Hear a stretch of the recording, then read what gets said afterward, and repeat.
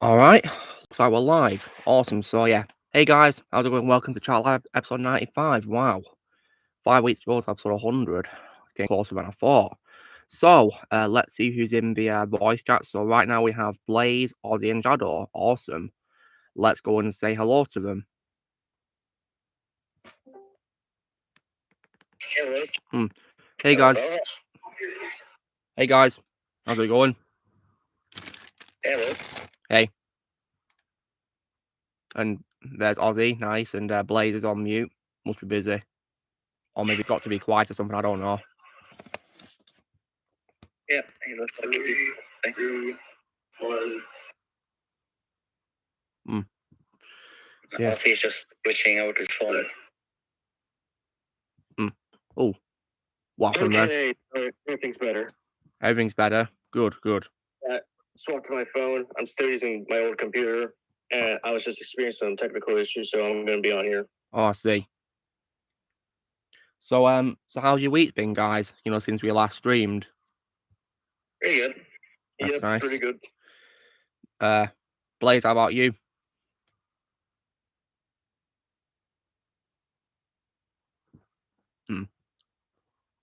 If you're going to talk to Blaze, you're talking on my chat, yeah. If you can't, you know, say a word, yeah. You know, due to noise or something, I don't know why you're on mute. Oh, that one thing, yeah, Blaze, because you said you've not been very well, have you, Blaze? Sadly. Yeah, so hopefully you'll get well soon. And this week's been pretty good for me too, as well. Yeah, it's been good, and tomorrow, guys, it's going to be like an exciting, you know, start for like horror because I'll be starting my binge watch on Friday the 13th. Nice. Yep, but you're gonna need all the luck you can get with part 8. Yeah, I've heard nothing but bad news about that one in particular. Or literally any other movie after Jason Lives. Well, I guess when you're all luck I'll need, Ben, eh? Yeah, I'm not looking forward to watching that again. Although I can already assume, Ozzy, that you're looking forward to me ranting about it, aren't you? Yes, I am. I mean, can you already picture the comments in my movie channel talking about it? Yep. I mean, I can't wait for you to destroy Jason Takes a Boat to Vancouver. Yeah, which of course is the all-time worst film you've seen in your life, isn't it, Shadow? It is. Well, I'll see what I think of it when I check it out. I imagine it's probably going to be garbage, but yeah, we'll see what I think. Oh, it will be garbage. Yeah. Just out of curiosity, Ozzy, you know that negative you got of Jason? Yeah. What film in the series is that from? Freddy vs. Jason. Nice. Well, I'll see if I can get one for Jason. I mean, because we sell all different kinds of figures of Jason, you know, which are NECA from the different movies, but I don't want to get one from a bad film, you see. Yeah, I chose Freddy vs. Jason because that's my favorite design of Jason in that movie. My favorite variant. Yeah. And after I've seen the Friday 13th standalone films, including after, you know, the reboot, is it, from, you know, 2009, is it? I'll be checking out Freddy vs. Jason, no question. Yeah, so get off of him. I still haven't seen the remake. Yep. Well, it should be easy for me to check out because it's on Netflix. Hello, Weird Gamer Kid. Hope you're doing well. There's Jason. And also, that's really cool. I still haven't seen New Nightmare. Yep. Oh, it's good, New Nightmare. I thought it was good. Definitely. Unmasked. I thought it was a breath of fresh air compared to, you know, the awful 3 months came after a third Elm Street movie. Yeah, what was that? Yeah, especially Freddy's Dead. That movie was trash in my opinion, but I like it a little bit more than the awful remake, only because of Robert Englund, and that's it. Yeah, same here. That remake was awful. I mean, Ozzy, would you say there's nothing good about that remake? No. Yeah, that's one example of a film which, in my opinion, there's nothing good about it. Nothing. I think that's probably Clancy Brown's worst role. Yeah, and you both gave it a 0 out of 10. Yeah, I could give it below if that was to exist. Hello to Ben 10 Theorist. Hope you're doing well. Yeah, the effects for Elm Street remake were garbage, and sadly, I think it's also Jackie O'Haley's worst role as well. He was horrible as Freddy Krueger, in my opinion. I mostly hated the redesign. Oh god, the face was pure torture to look at. Hello, Donnie and Darfan. Hope you guys are doing well. Like, there's many parts of it remake where I wanted to switch off. It was terrible. Probably the worst horror remake I've seen in my life. It was awful. Yep, Nothing. it was. Yeah. And Shadow, would you also say, without a single doubt, that you think Jason Takes Sports Vancouver, it has no good quality either? It doesn't. Wow. Okay, I'm definitely need all the look I can get. You can see it as an unintentional comedy. Oh, so do you reckon I'll be laughing at how bad it is, Ben? Oh yeah, you will. I mean, the fact that he doesn't even go to Manhattan, but Vancouver instead is probably a fault. It's probably a red flag right there that it's going to suck. And yeah, based on what you've been saying about it, it is going to suck, isn't it? Yeah, it will. Oh, the video uploading, Blaze. Nice one. When I was watching that Nightmare on Elm Street remake, I was mostly laughing at Freddy's human form death and getting burned alive because of how bad the acting was. Yeah, it was awful. Yeah, laughably bad, really. And plus, one thing I didn't really like about the three films after the third Elm Street film was how it made Freddy a bit comedic for some reason. He's not supposed to be comedic. Yeah, they made him into a clown. I mean, why? I know, that was a stupid move, especially in Freddy's Dead, how they made him be a wicked witch. Oh, goodness me, that was horrendous. Just torture to look at. Oh, I was like, am I watching The Wizard of Oz Nightmare Edition? Yeah, that annoys me a lot, really, like, because you shouldn't bring Wizard of Oz into Elm Street. You know, they're two different franchises, so leave Wizard of Oz alone. Yeah, one's meant for kids, the other one's not meant for kids. You're gonna give kids nightmares if you show Freddy on a broomstick. Goodness me. Well, I'm pretty sure kids have already gotten nightmares from the Wicked Witch of the West and Wizard of Oz. Probably even worse nightmares for Ozzy because, yeah, you don't want to have, like, a grotesque design Freddy Krueger on a broomstick, do you? No.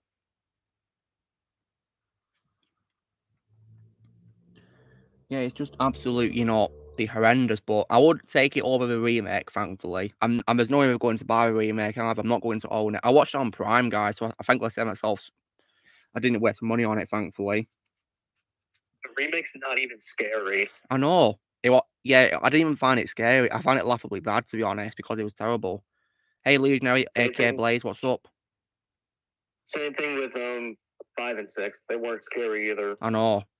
Like, you could say but funny as well because how I made Freddy, a clown in them. But I can confirm, guys, that, Freddy's now officially my favourite role of Robert Englund. Yeah, easily. It was being my favorite one too. Yeah. I was already familiar with the character because he is a very popular character, a very famous character who I've heard of, and he's also appeared, on The Simpsons, in one of the cutaway gags, and he also, of course, appeared in Mortal Kombat 9 as well.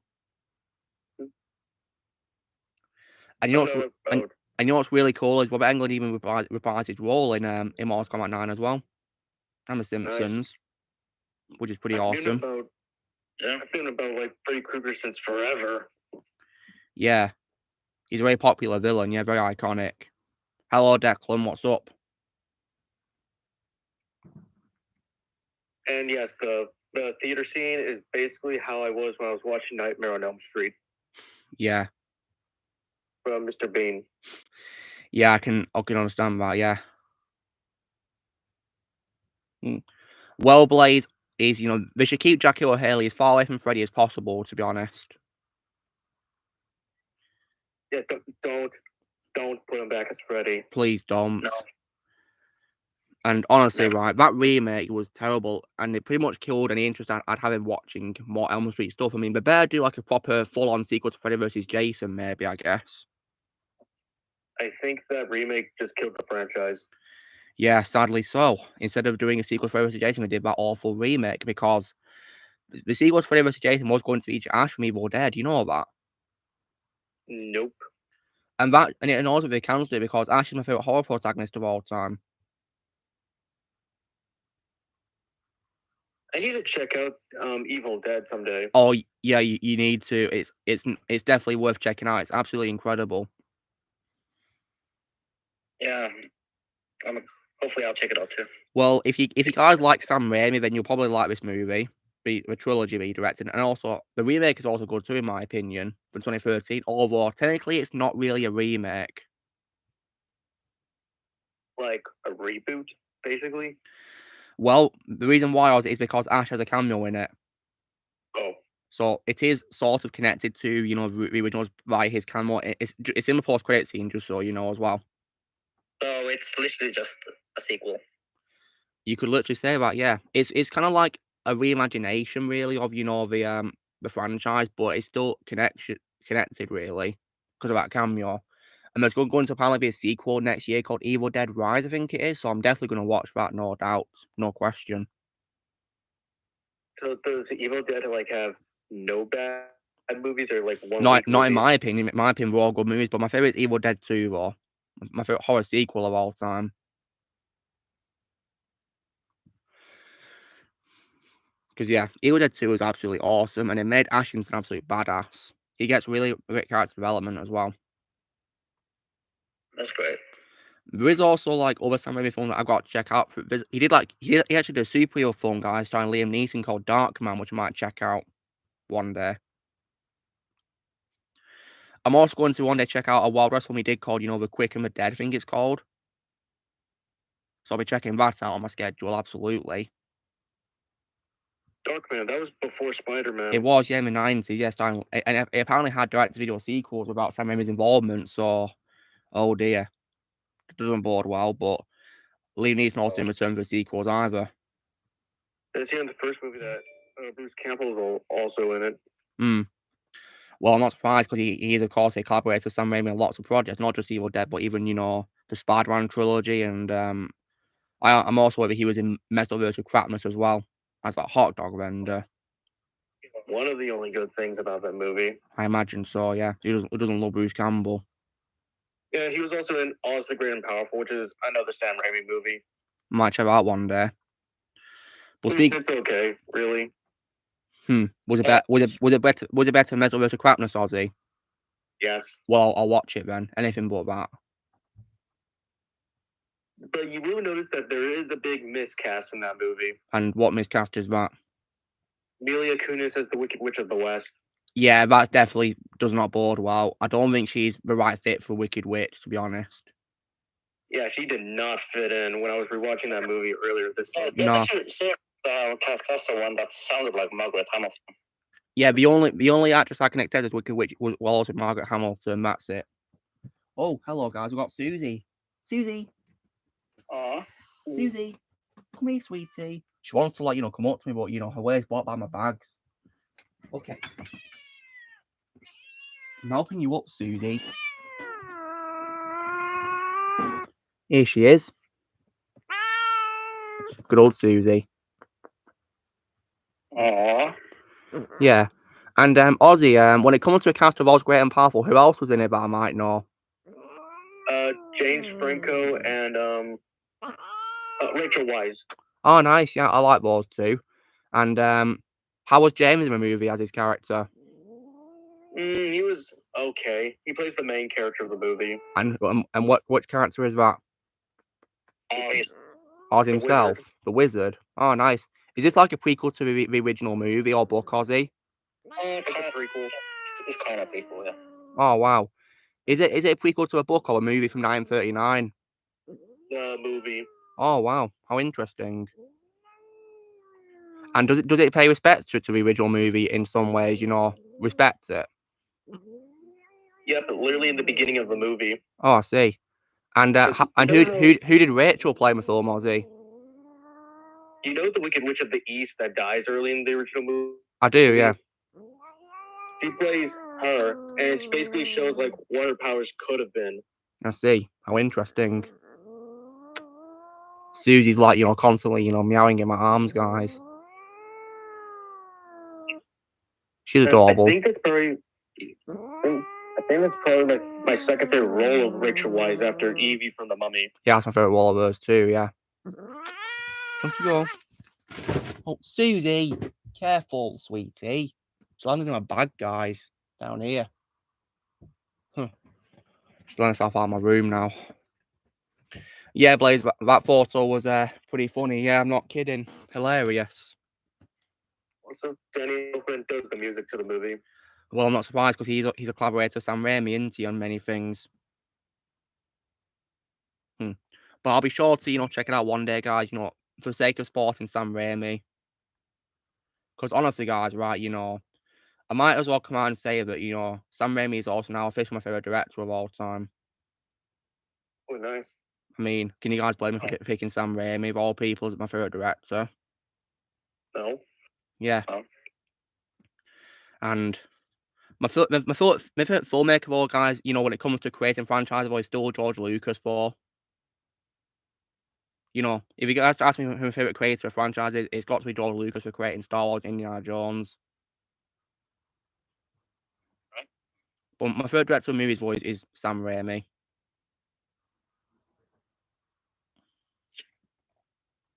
But I'm not going to be watching, you know, Metal vs. Crapness 4. I don't care if he directed it. I'm not watching it. Yeah, just don't. Yeah, I can tell based on you guys saying don't, but it's not worth watching. Yeah, you're saving yourself from a lot of pain. Yeah, I imagine so. Speaking of horror, guys, as well, I unboxed a NECA figure for another one of my favorite horror villains of all time, which of course is Leatherface from Texas Chainsaw Massacre. Goodness me, it's frightening, isn't it? Very realistic too. Yeah. Whoa. Yeah. Awesome. Yeah. He's a very scary villain, and do you reckon you were checking out the film, Ozzy? Yeah, I will. If you're going to get into it, then just watch the first two in a canon timeline for your own sake, and then just go to the two remakes from early 2000s. I'll take your word on it. Yeah, just don't watch anything comes after the second film, for God's sake. John Carpenter, Declan? Nice. He's a great director. My favourite work he's directed probably The Thing from 1982. Oh, yeah, that's right. Tomorrow I'm watching Halloween 2. Yeah. In my opinion, where a franchise should have ended, you know, Laurie and Michael's story should have ended. They should have just done anthology films after that. Yeah, I'm just going to watch that and then I'm going to be done with Halloween. Probably a good idea. Yeah, I honestly have no interest in the remakes. The reboot from 2018. Yeah, that's understandable. Oh, God, don't tell. Wait, Blaze, is that picture you sent real? In my no mic chat? What picture? Take a look at yourself in no mic chat. I don't know if it's real or not. It could be fake for all I know. I hope it's fake. Oh my God, fake. no! It looks fake. I'm not buying it. Blaze, where'd you get that picture from?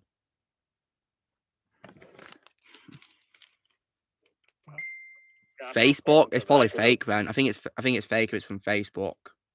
Yeah, I must check. Because Facebook's full of fake things. It's got to be fake. I hope it's fake. Check the user to see who posted it. Yeah. In case you guys wonder, we're talking about like some sort of like Aladdin 2 remake poster. Oh God. It better be fake, for God's sake. The original one didn't. Hold on. The first remake was bad enough. Yeah, Well, the first one was bad. thankfully I refuse to watch it. Well, we didn't even need that remake to begin with. That's why I'm not watching it, guys. I'm sticking to the animated film instead of the remake of it. Yep. And there's only one animated Aladdin movie. There's no sequels to it. Wow, so apparently those two sequels are not needed. I see. Yeah, the third one's more tolerable than the second movie, but it really wasn't needed. Wasn't. Yeah. It's just after multiple rewatches I watched of The King of Thieves, I come to realize that movie's really not needed. When it comes to a second film, Ozzy, would you say it's better than a remake slightly? Yep. And is that saying something? Not really, because with the second movie, the animation's not really good. Oh dear. It's honestly amazing how bad the animation for the sequel is. So Ozzy, what score would you give a second film out of 10 then? I give it a 4. 4, wow. I assume you give the first one a very positive score, don't you? Yeah, 10 out of 10. Yeah, same. It's a timeless classic Aladdin from the 90s. Can't beat it. Yeah, I give the original one a 10 out of 10 too. And how about the third one, Ozzy, which also shouldn't have been needed? Nowadays, I give it a 6. 6, wow. So it's mediocre, is it? Yeah, really. Yeah, mediocre.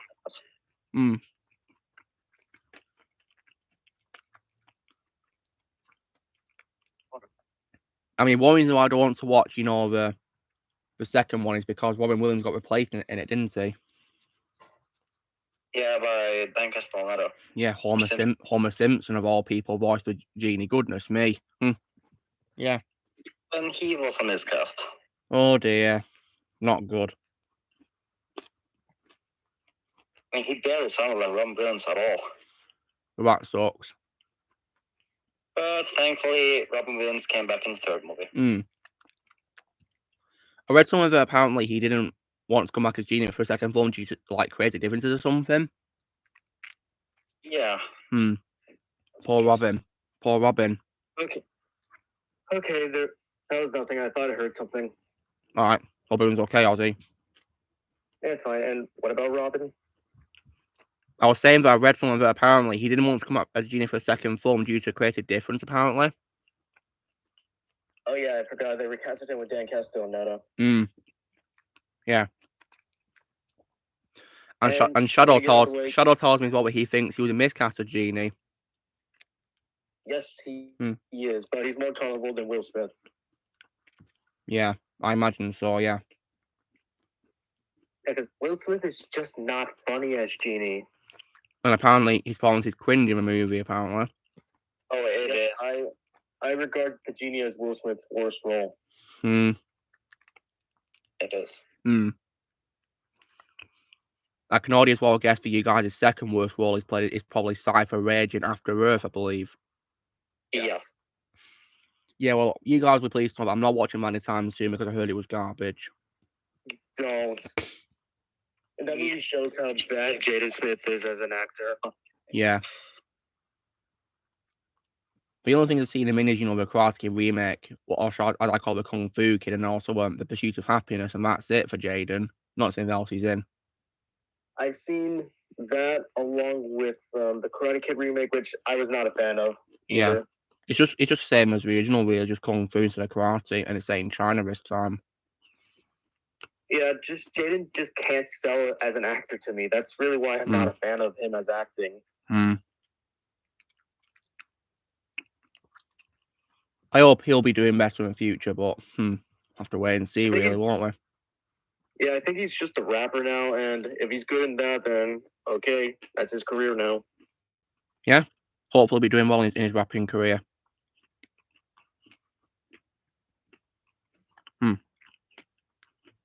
Oh god, there was going to be an After Earth sequel that got canceled. Oh, thank God it got canceled. Yeah, good riddance to it.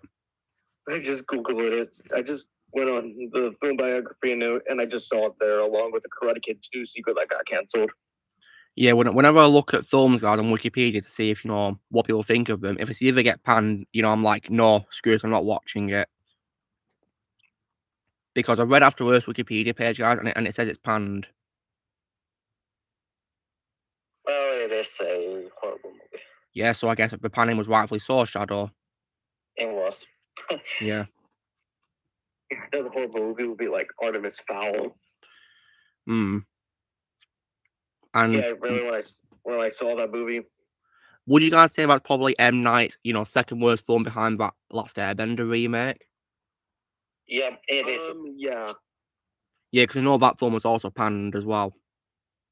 Yeah, rightfully so. Those were the only two M. Night movies I've ever seen. Yeah, the other ones I'd recommend to you would have to be his Unbreakable trilogy, which is Unbreakable, Split and Glass, and also The Sixth Sense. Those are, in my opinion, his best works. Yeah, I guess I'll check them out just so I can see him direct a good movie. Yeah. Signs is also good too, and Signs is also good too with Mel Gibson and Joaquin Phoenix, and also as well,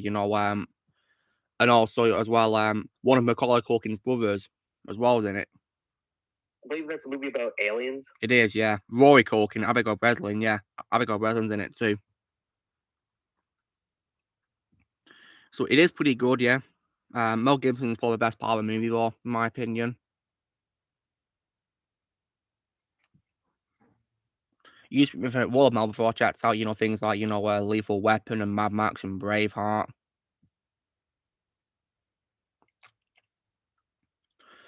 And of course, my favorite vocal role he's done is probably his character in Pocahontas.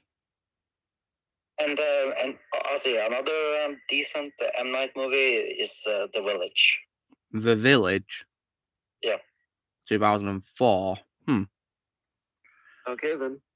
I see Joaquin's in it, and so is Bryce Dallas Howard, Adrian Brody, William Hurt, rest in peace, Sigourney Weaver, nice, and also Brendan Gleeson.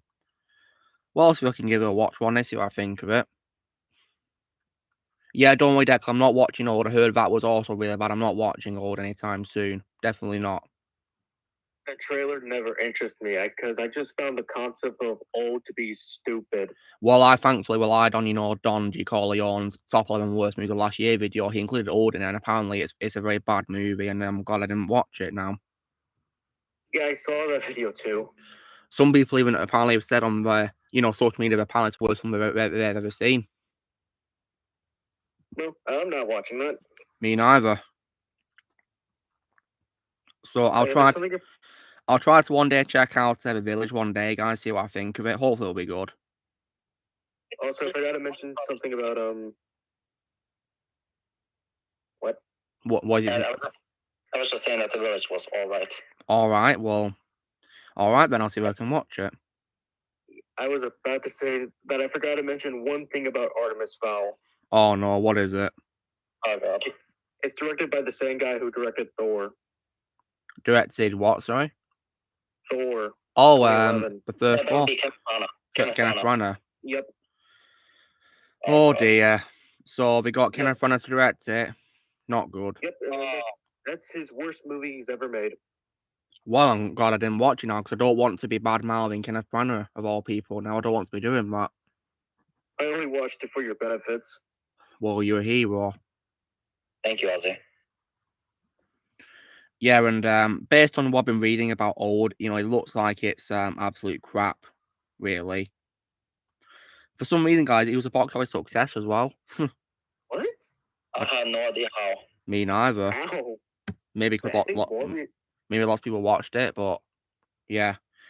I think, The Village will probably be maybe the last film I'll be seeing by him anytime soon. I don't know if there's any other good films he's done besides, the Waco Trilogy and Signs and The Sixth Sense. What else has he done that you guys would recommend me to check out that's good? And other than that, I haven't seen any more of his movies. I see he also wrote the first Stuart Little movie as well. Well, I like that movie. That was one of my childhood films, but I like the sequel more, though. It was part of a Jaws documentary. Oh, wow. Well, I'd rather see a Jaws documentary than those bloody sequels that weren't needed. I'm not watching that. I'm not watching those sequels ever again.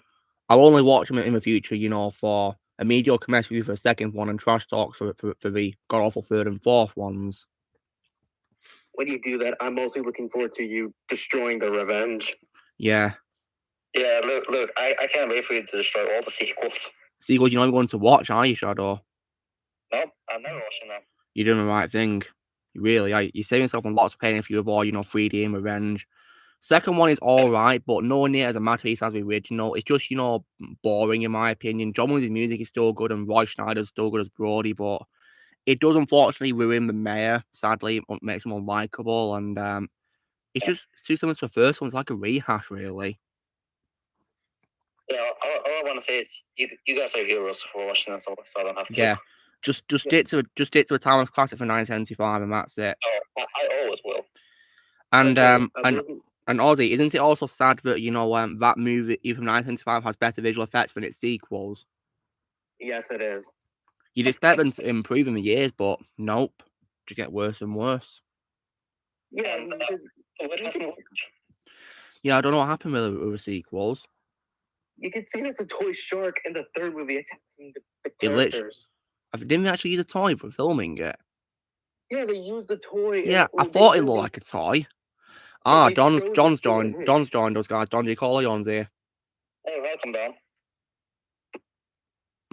Sorry, how's it going, Don? Good. That's nice. Hope you had a nice week.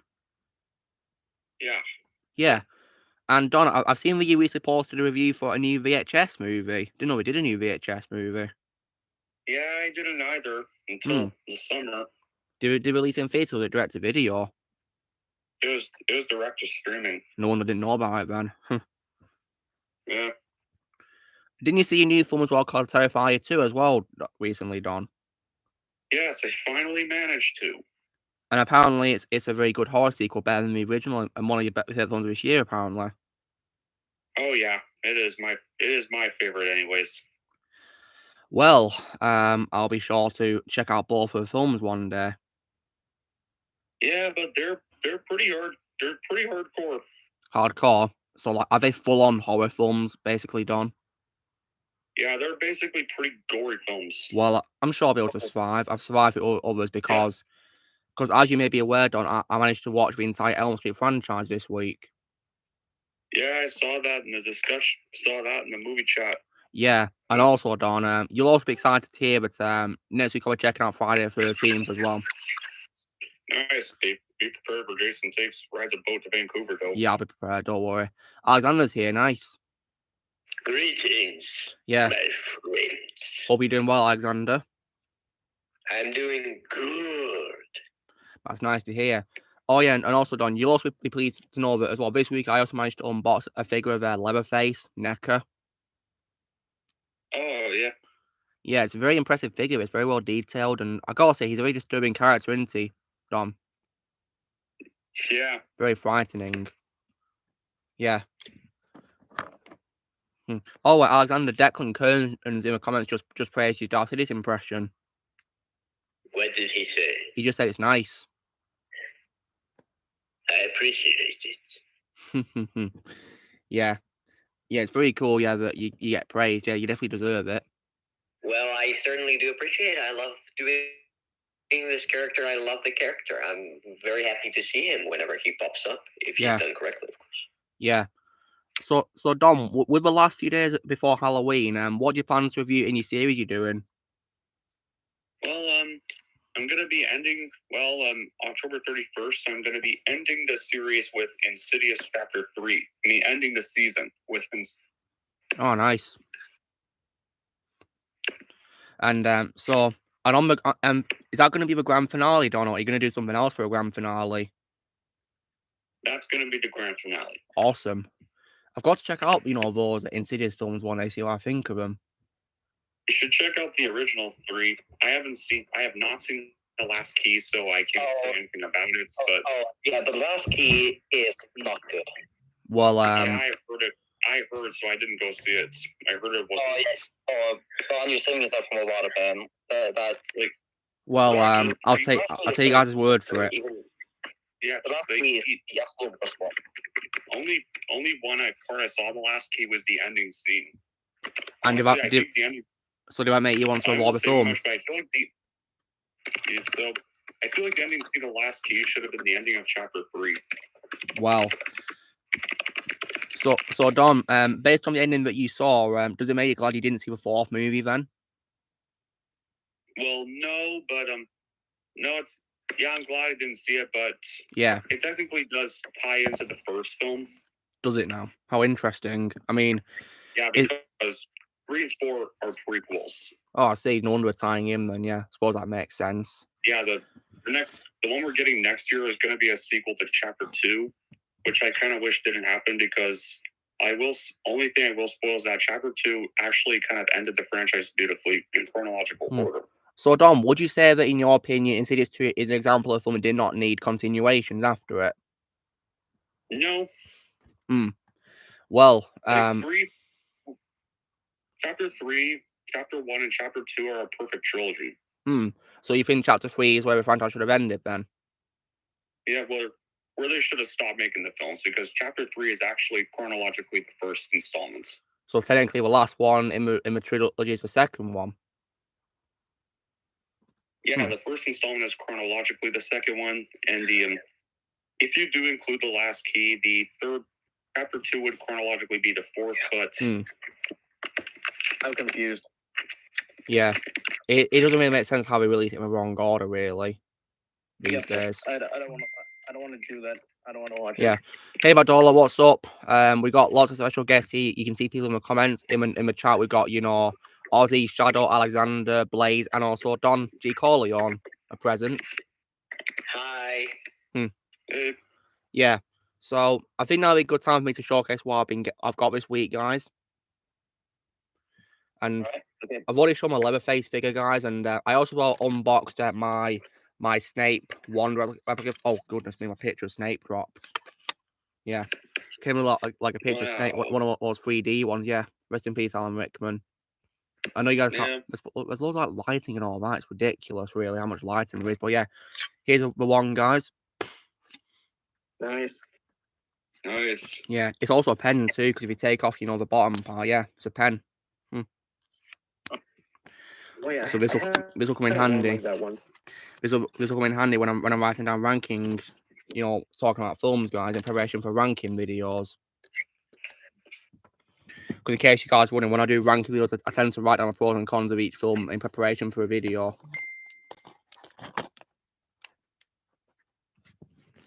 So, when it comes to Amazon this week, guys, I was able to order 2 films on Blu-ray, and both of these films were by Tim Burton, guys.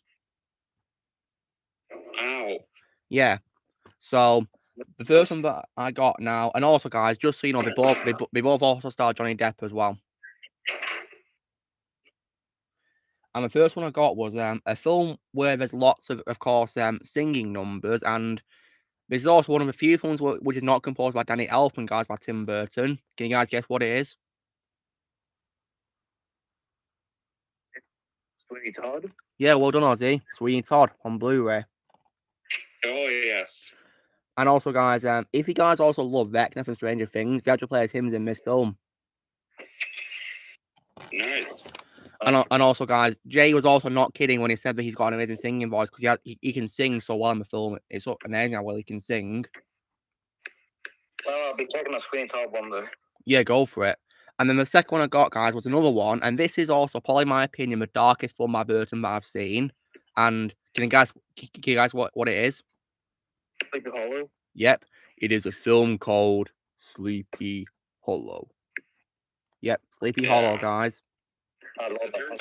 Yeah. Yeah, the very first actual horror movie I saw. Yeah, your first one, Don, a great choice. I think this is an underrated film, guys, but there's more to be talked about it. There's more talk about it. And after that as well, guys, I also went to Ashton this week, another town near where I live, and I picked up some Blu-rays there. So first of all, guys, I thought I would upgrade Gremlins on Blu-ray. Oh yeah. Yes. AKA of course, one of the films which created a PG-13 rating alongside the Temple of Doom. Yeah, I usually watch that film around Christmas more though. Well, it's a Christmas film, so it makes sense for you to do that, Don. Yeah. I also picked up of course, the director's cut of a movie which is by Zack Snyder, guys, which I think is very underrated. Can you guess what it is? No. Wait, what did you say, Shadow? You might buffered a bit. Watchmen, you said? Yeah. Yeah, you're right. It's Watchmen, the director's cut of it. Oh, nice. Well guessed. Yeah, I think I need to review that film still. Yeah, go for it. Go for it. I also one of the most underrated superhero films ever. Yeah, one of them, no doubt about it. I mean, in my opinion, the most underrated one for me is Dread from 2012. Oh yeah. I mean, Don, what would you say is the all-time most underrated superhero movie you've seen in your life? I think it's between Watchmen and Dread. Nice. Yeah. And I also really hope Dread gets sequels, guys. I really do. It deserves them. Yeah. Then, guys, I picked up a comedy about starring Adam Sandler. Bit now. And this is one of my favourite roles of his that he's played. And it's also one of my favourite movie which involves golf, guys. Can you guess what it is? Happy Gilmore. Yeah, well done, guys. Happy Gilmore. As soon as you mentioned golf. Yeah, Happy Gilmore's really funny. Love Happy Gilmore. Yeah. It's probably his best comedy. Yeah.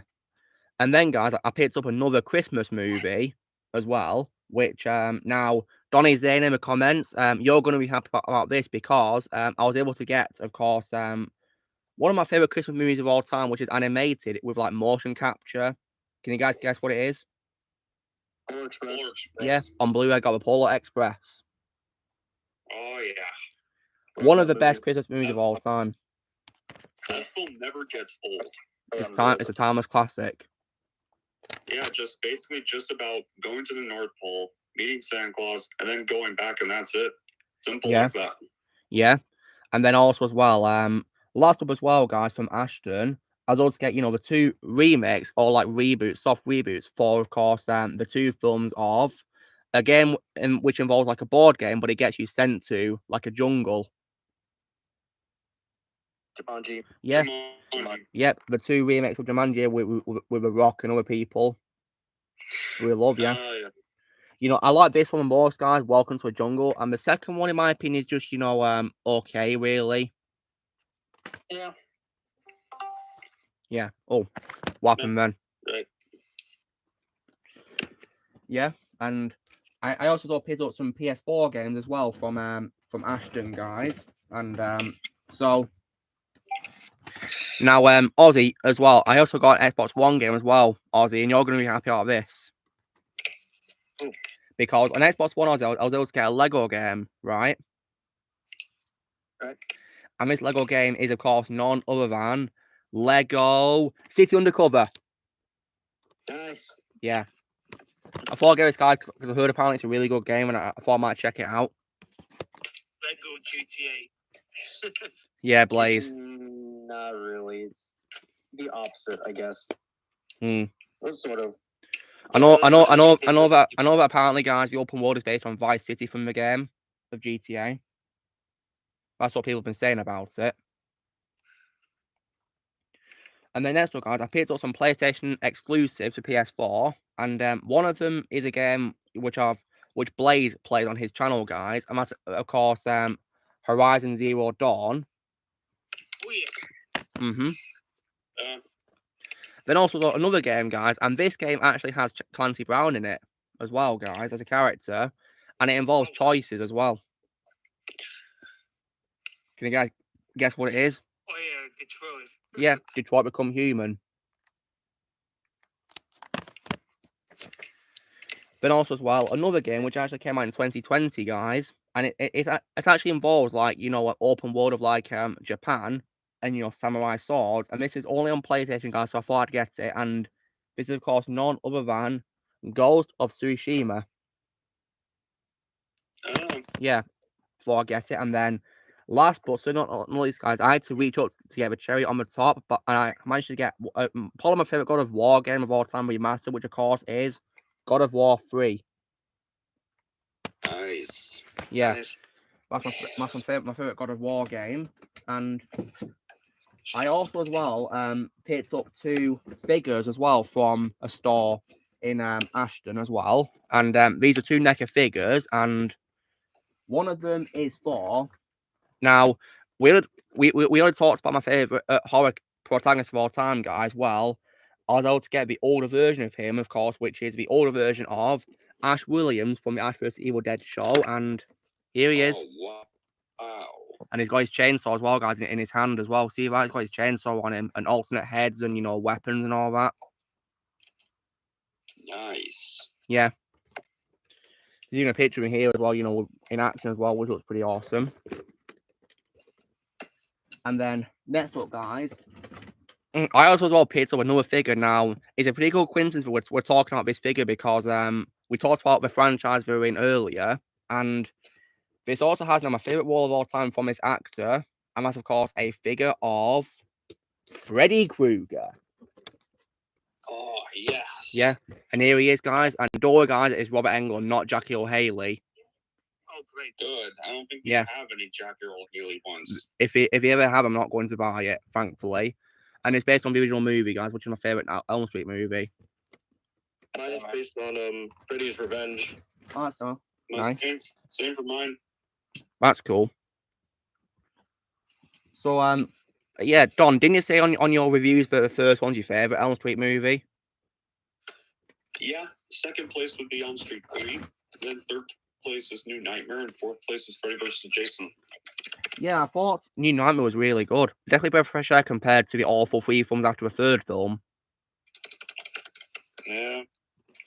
Elm Street 4 wasn't that bad, though. Yeah, it was fine. But you know, they Mm. started But it they wasn't needed. started the whole comedic parts of Freddy though, didn't they?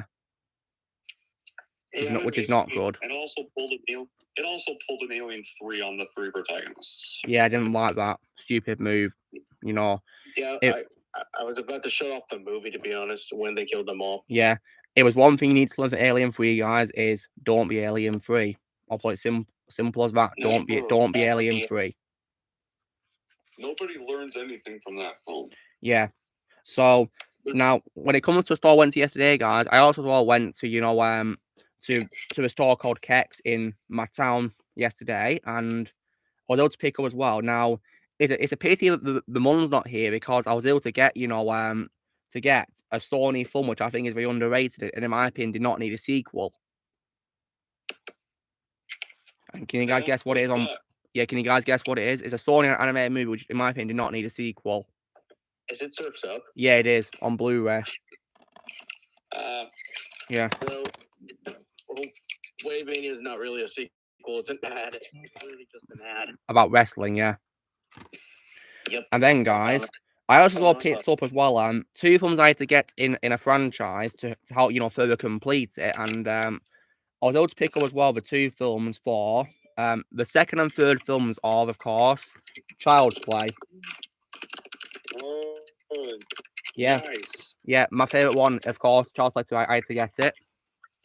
Oh, yes. Yeah, nothing can beat the second one to me. I love Child's Play 2. And then nothing ever will. And then last up, guys, when it comes to Blu-rays from my store yesterday called Kex, I was able to pick up a film which came out this year, guys, right? And I was actually very surprised that I found it, you know, at my store yesterday because I was able to pick up as well a new animated movie from this year. And can you guys guess what animated film is? Is it Minions Rise of Gru? Yep, it is. Yeah. Yeah. Also, that's my favorite animated movie for this year. So far, yeah. And thankfully as well. And that's also it for me now, guys. I'm not going to buy Despicable Me 3 or Minions. Good choices. Yeah, because in my opinion, 3 was not needed. And also Minions, in my opinion, sucked. So, I hated 3. Rise of Gru was pretty good, but The Bad Guys is still my favorite animated film of 2022. Yeah, I like The Bad Guys a lot too, yeah. And there's some others which in this year which animated too. I liked Sea Beast, which was released on Netflix. That was a pretty good movie, but yeah, not the best when it comes to animated films, really. And also, guys, I picked up 2 more PS4 games. One of them was a game which I think is on other consoles too. But I thought I'd get it for PlayStation, which of course was the Mad Max game. Didn't know that. Yeah, which I thought I'd get because I love the movies, especially Fury Road. And I thought I'd get this one really. No, I had no idea there was actually a video game of it. Yeah, well, I saw it and I thought I'd go for it. And I then got a game recommended to me by Blaze, guys. And this is another PlayStation exclusive. And I think Blaze knows what I'm talking about, don't you, Blaze? Oh, yeah. Yeah. This is, of course, a survival game, guys. And I think based on the cover, it stars Rami Malek as a character. And this game, of course, is Until Dawn. Oh, yeah. Yeah. I I thought. on my channel as well. Yeah, Blaze, is Rami Malek in Until Dawn? Yeah. Oh, yeah. Yeah, I thought I recognised him because I think he does a lot of motion capture and lineups for his character here. Yeah, looks like Rami Malek, guys. Yeah. If any of you guys have played Until Dawn, do you guys reckon he's better in that game than he was as Freddie Mercury in Bohemian Rhapsody? Let me know. And then, last up 4 games I got, you know, from my store yesterday, guys. I was able to pick up this time another PlayStation game, but it's not for PS4 because I actually own another PlayStation console, guys, which of course is a PlayStation Vita, and this game, of course, which I got the PlayStation Vita is. Shall I give you guys a clue to what I got? Yeah. Okay. Yeah, Okay. Here's my clue, guys. So here you go. Dun dun dun dun dun dun dun dun dun dun dun dun. Yeah. Specifically, guys. AKA our redub. Mortal Kombat 9, guys, on PlayStation Vita. Yeah. And also, guys, Yeah, now, I couldn't get it on PlayStation 4 because sadly it's not backwards compatible, guys. And also, there is also a reason why I did not want to get it on Xbox One, because it is available on Xbox One about compatibility, guys, but there is a reason why I don't want to get it on Xbox One, and the reason why is because on the PlayStation versions of the game, guys, Kratos is an exclusive character to play as from God of War. He's an exclusive character in Mortal Kombat 9. So I had to get this version of the game. Nice. And also, guys, as you may have already guessed by the cover, yes, Freddy Krueger's in as a guest character. Here he is. I gotta get that. And you know what's really cool, Don? As well, Robert Englund even prized his role for a game. Wow. Yeah, that's pretty cool, isn't it? But he did that. And then, okay, so after I went to, to Kex yesterday, guys, I then went to the nearby marketplace to get some more Blu-rays, because there's like a market where I'm at, and they have like a Blu-ray shop with other DVDs and games and whatever. So in terms of what I got, so on Blu, I was able to get, actually, guys, a DC film, ironically. This is actually a DC film, guys. I had no idea it was a DC film until I saw the intro and it showed DC logo. And this film, guys, stars Bruce Willis, Morgan Freeman, and John Malkovich, and Helen Mirren. Can you guys guess what it is? Yeah, I don't know. What is it? Well, this movie, of course, is Red. I never saw that. Yeah. Never heard of it. Yeah, I had a sequel too as well called Red 2, but they are planning on, apparently a third film is in development, guys, but I think that they've understandably stopped doing it because Bruce Willis has retired from acting. Yeah, it'd be a good call. Yeah, probably not really a good idea to do it without Bruce Willis, really, so we should probably, cancel it, really, to be honest. Then, guys, I also as well picked up as well a comedy film, and this is also an extended version of it, guys, and it's a very funny film which stars Will Ferrell and Mark Wahlberg in, and you also have The Rock and Samuel Jackson appearing at the beginning as well, guys, and if you guys have seen the film, I'll give you guys a clue to what I got, okay, from a quote which is, of course, aim for the bushes. The other guys. Yeah. Have you guys seen this film? I did like ages ago, though. Yeah, it's a very... I finished it. I'm watching it soon, though. Yeah, so Ozzy, have you seen the intro to your other guys? Yes. And let me guess, Ozzy. Were you disappointed with how The Rock and Samuel Jackson got wasted at the beginning? Yep, but I was still laughing at the scene because I thought it was funny. Yeah, it was pretty stupid how he jumped, weren't it? They had so much confidence in them when they did the jump. Yeah, you okay, Alexander? Yeah, I'm just reading something that I wrote. I didn't realize you could hear me that much. Yeah. Because I was everyone's okay. What are you saying, Don? Sorry? Will and Mark were also in another film together called Daddy's Home, which was an example of a comedy film that didn't need a sequel. Yeah, I heard there was two films about, apparently. And is the second one bad, in your opinion, Don? Yeah, the second one's pretty bad. The first one wasn't great either, but it had some funny moments. I remember seeing trailers for that. Also, as well, guys, I also picked up as well an upgrade for a Blu-ray film, and a Blu-ray DVD to Blu-ray, and this is for a film, guys, which stars Vin Diesel, actually, and this may be an action film he's been in, which you guys, I don't know if you guys may have seen or not, and Don, you may probably guess who it is. Can you guess what film it is? Is it, I'm guessing it's Pitch Black, or... I've already got the Riddick films on Blu-ray already. Okay. Hello, Liv. Nice to see you here. Okay, I don't know. It's from the early 2000s, Don. Oh, it's Triple X. Yep, Triple X, yeah, on Blu-ray. Oh. An example of an action film we did not need a sequel either. Yeah, no. Should not have had any. Yeah, just so you guys know, I've only seen the second film, State of Union, when it comes to sequels, and I hated it. In my opinion, it's only worth watching with Samuel L. Jackson, and I've not seen the third film yet, Return of Xander Cage. I've not seen it. The second movie ruined... Yeah. The second movie ruined Vin Diesel's character. Yeah, because Ozzy, it pulls an alien freaklish on him off screen as well. Oh, come on. But thankfully, in the third one, he comes back, though. Hence the title, Return of Xander Cage. So, yeah. And then also, guys, you know how we talked about horror franchises earlier? Well, I picked up one of the only two films I like of, this franchise, and I'll give you guys a clue. It involves loads of accidents happening a lot.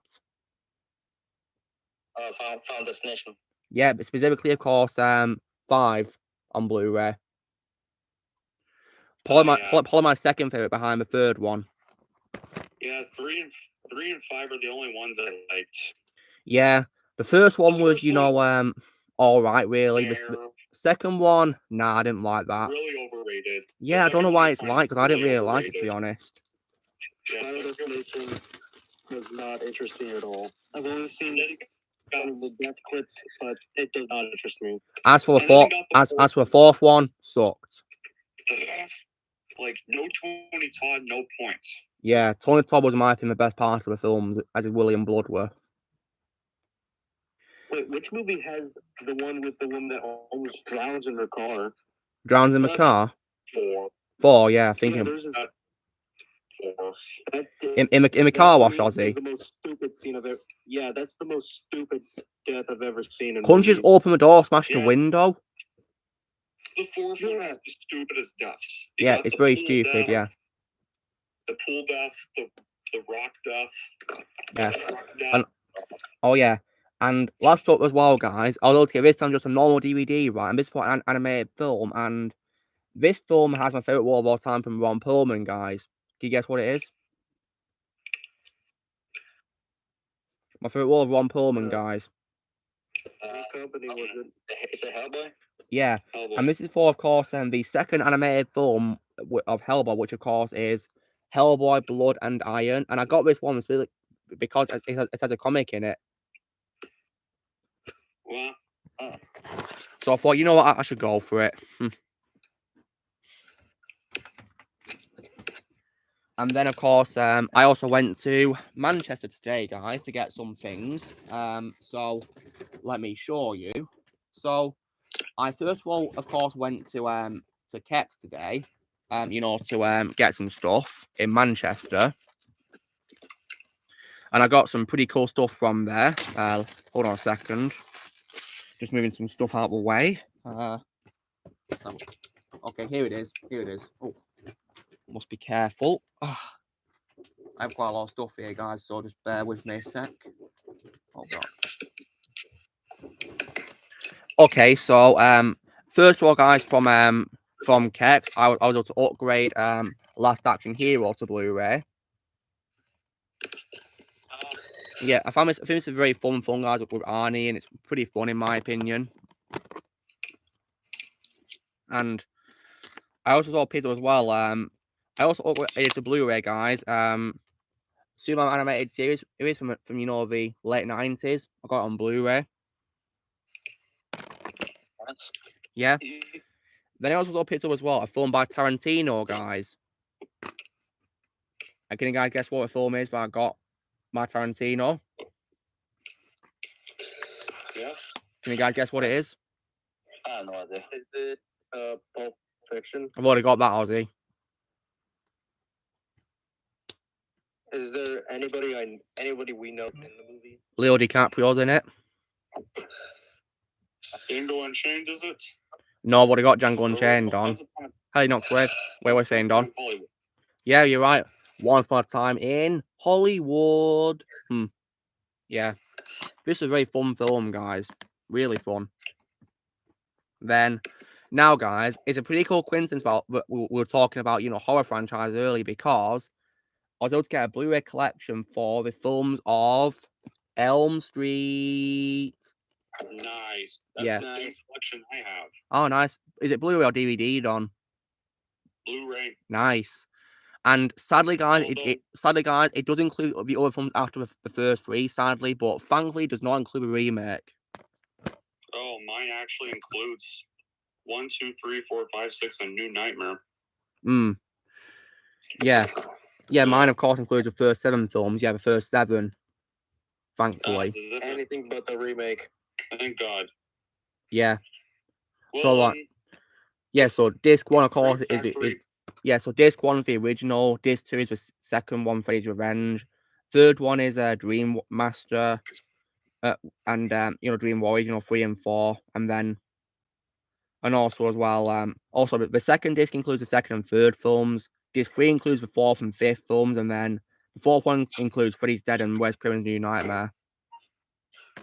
So yeah. Well, Scream Factory really needs to get their rights on Elm Street and make a box sets. Yeah. It includes all the films like they did with Friday the 13th. Yeah. And then also as well, guys, I got another PS4 exclusive, guys, which Blaze also recommended to me, and this is like a spin-off expansion to a game I got last week, of course, which was Infamous Second Son, and this spin-off, of course, is Infamous First Light. So yeah, here it is, guys. Yeah, I need to get that one. Yeah. Yeah, because Blaze, you said that apparently Infamous Second Son is what got into getting a PS4, isn't it? Yeah. Yeah, that's pretty cool, isn't it? I can see why. And then, last but certainly not least, guys, from Kex, I was able to get a steelbook for the movie star Robert Downey Jr. And this is also a sequel he's been in. And can you guess what sequel it is it's been in? Sherlock? Yeah, you're right, Ozzy. It's none other than, of course, steelbook 4, Sherlock Holmes: A Game of Shadows. Yeah, and in my opinion, guys, I like it better than the first film that Robert was in as Sherlock. Yeah, this is such a... And also, guys, this film really does deserve a sequel as well. Strongly deserves a sequel, in my opinion. Strongly. So I really hope, you know, that people, you know, making franchise get a brain and make it as soon as possible. I would like to see Robert come back as Sherlock. Yeah, me too, because now he's done with Iron Man, he can return, can't he? Yep. Yeah, so hopefully there'll be a chance he can come back as Sherlock. Yeah. Also as well, guys, last up, I then went to the DVD shop called HMV and Hear My Voice, and I got some Blu-rays from there. One of them, guys, is for a Disney film which has my favourite voice for Dwayne Johnson. Moana. This is. Yeah, Moana. Yeah, I really like Moana, guys. I thought it was a very good animated movie. I really like Moana. Yeah, I love that movie as well. Yeah. Dwayne Johnson was really good as Moana, I think he is, yeah. And he has other great voice actors in it too as well. Lots of great actors in it. Yeah, and Tamara Morrison's in it. Yeah, he is as the father, yeah. Moana's father, isn't he? Although I'm not sure if he did the singing because it doesn't really sound like him when he's. He did not do the singing. No. Well, Yeah, I think that's a I big thought shame so. because Morrison can actually sing very well, and he plays the guitar and stuff like that. So I really don't know why they didn't select him. It would have been very nice if he did the singing too. Like, for me, that was a bit of shame. Yeah. And then also as well, guys, now you know how I showed the 2 remakes or reboots of Jumanji earlier? Well, I thought I'd complete, you know, the ownership by upgrading the original one with Robin Williams on Blu-ray to Blu-ray. Oh yeah. Yeah, I love I love Jumanji. That's my favorite Jumanji film of all time. Yes, nothing can beat the 90s film. And yeah, rest in peace, Robin Williams. Oh yeah, in case you're wondering, Don, Robin's my favorite comedian, just so you know. Nice. Yeah. I'll be right back, guys. Oh, no, it's Don. Take care. Moana's As You Fit, what was pretty good. Yeah, it was Dark Prime. Yeah, same. Zootopia, my favorite animated movie of 2016. I love Zootopia. And like, I really hope Zootopia gets sequels, guys. I really do. Yeah, it better. I hope it does. Yeah, it deserves sequels, no doubt of it. Like, you've got a really big set of characters introduced in Zootopia, so couldn't you tell more stories with all these characters, like spin-offs or sequels or whatever? Yeah, really need to, you know, Disney really needs to get their brains turned on and start making sequels to Zootopia right away. I thought there was going to be a show of Zootopia. There's a show? A show? It's important also that they do not ruin the Zootopia. They better not ruin it. They're not ruin it. I'll go mad if they ruin it. Ugh. Tired of franchises being ruined. I mean, yeah, since it's supposed to be a show, since it's Disney, of course they're going to ruin it. I wouldn't be surprised if you do, Shadow, because yeah, we know Disney are like, don't we? Yeah, we all know who they are. I mean, that makes me nervous for National Treasure 3. Oh yeah, I think that might suck too. And also as well, I also I can also confirm that in my opinion, they ruined Ice Age as well with their awful spin-off movie they did. Which, thankfully, I never watched. Yeah, Good don't, one. for Good. your own sake. It's garbage in my opinion. This is the worst movie I've seen this year. Yes, like, if you guys thought 4 and 5 were bad, wait to see the spin-off. It makes them look like masterpieces in comparison. Yeah, what's with the animation? I know. Ah, you okay, Don? Yeah. Alright, good. Yeah, so now last but not least, guys, I got 3 more films from HMV, and I got a film which won Matthew McConaughey the Oscar for Best Actor. And do you know what that film is, Don? What film was that? He won the Oscar for this. Can you guess what it is? I'm sorry, who is this again? Matthew McConaughey. He won the Oscar for this movie. Dallas Buyers Club. Yep, Dallas Buyers Club. Yeah, I saw this movie on Netflix, guys, and I loved it. Great movie, in my opinion. He definitely deserved the Oscar for this movie. He really did. I've not seen this movie, but Matthew McConaughey is actually still one of my favorite actors. Yeah, he's a great actor. So yeah, my favorite all of his guys is. There are some bad ones he's been in the Don. Yeah, it's probably one of the few I can still trust in today's era. Honestly. Yeah, because I mean, for example, when it comes to him, me and Don, we both say his worst role is in TCM Next Generation, don't we, Don? Yeah. But since then, he's made much better roles, hasn't he? Since then, hasn't he, Don? Yeah, I mean, that's why I trust Matthew. And didn't he also say in a video, guys, that he didn't like the movie, at some point? Yeah. Yeah. Yeah, kind of just needed it because he just needed like a paycheck to support himself and stuff. And yeah, and thankfully since then he's done better things. And I think you guys have ever seen a film called A Time to Kill by Joel Schumacher. No. Nope. Yeah, he's in that, guys, and he played his performance in that. He was great in that movie, but sadly, guys, there's a bad quality I have with that movie. Is it someone we don't like? Yeah. Is it your most hated actor of all time? No, it's not. It's not Armie Hammer, thankfully. Is it Kevin Spacey? Yes. Oh.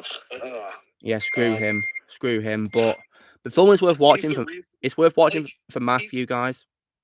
Yeah. Which film are we talking about? Right? A Time to Kill, Alexander. It's by Joel Schumacher. He's the reason I won't. Kevin's the reason I won't watch or review American Beauty. American Beauty. Is that film he was in? I assume. In that film.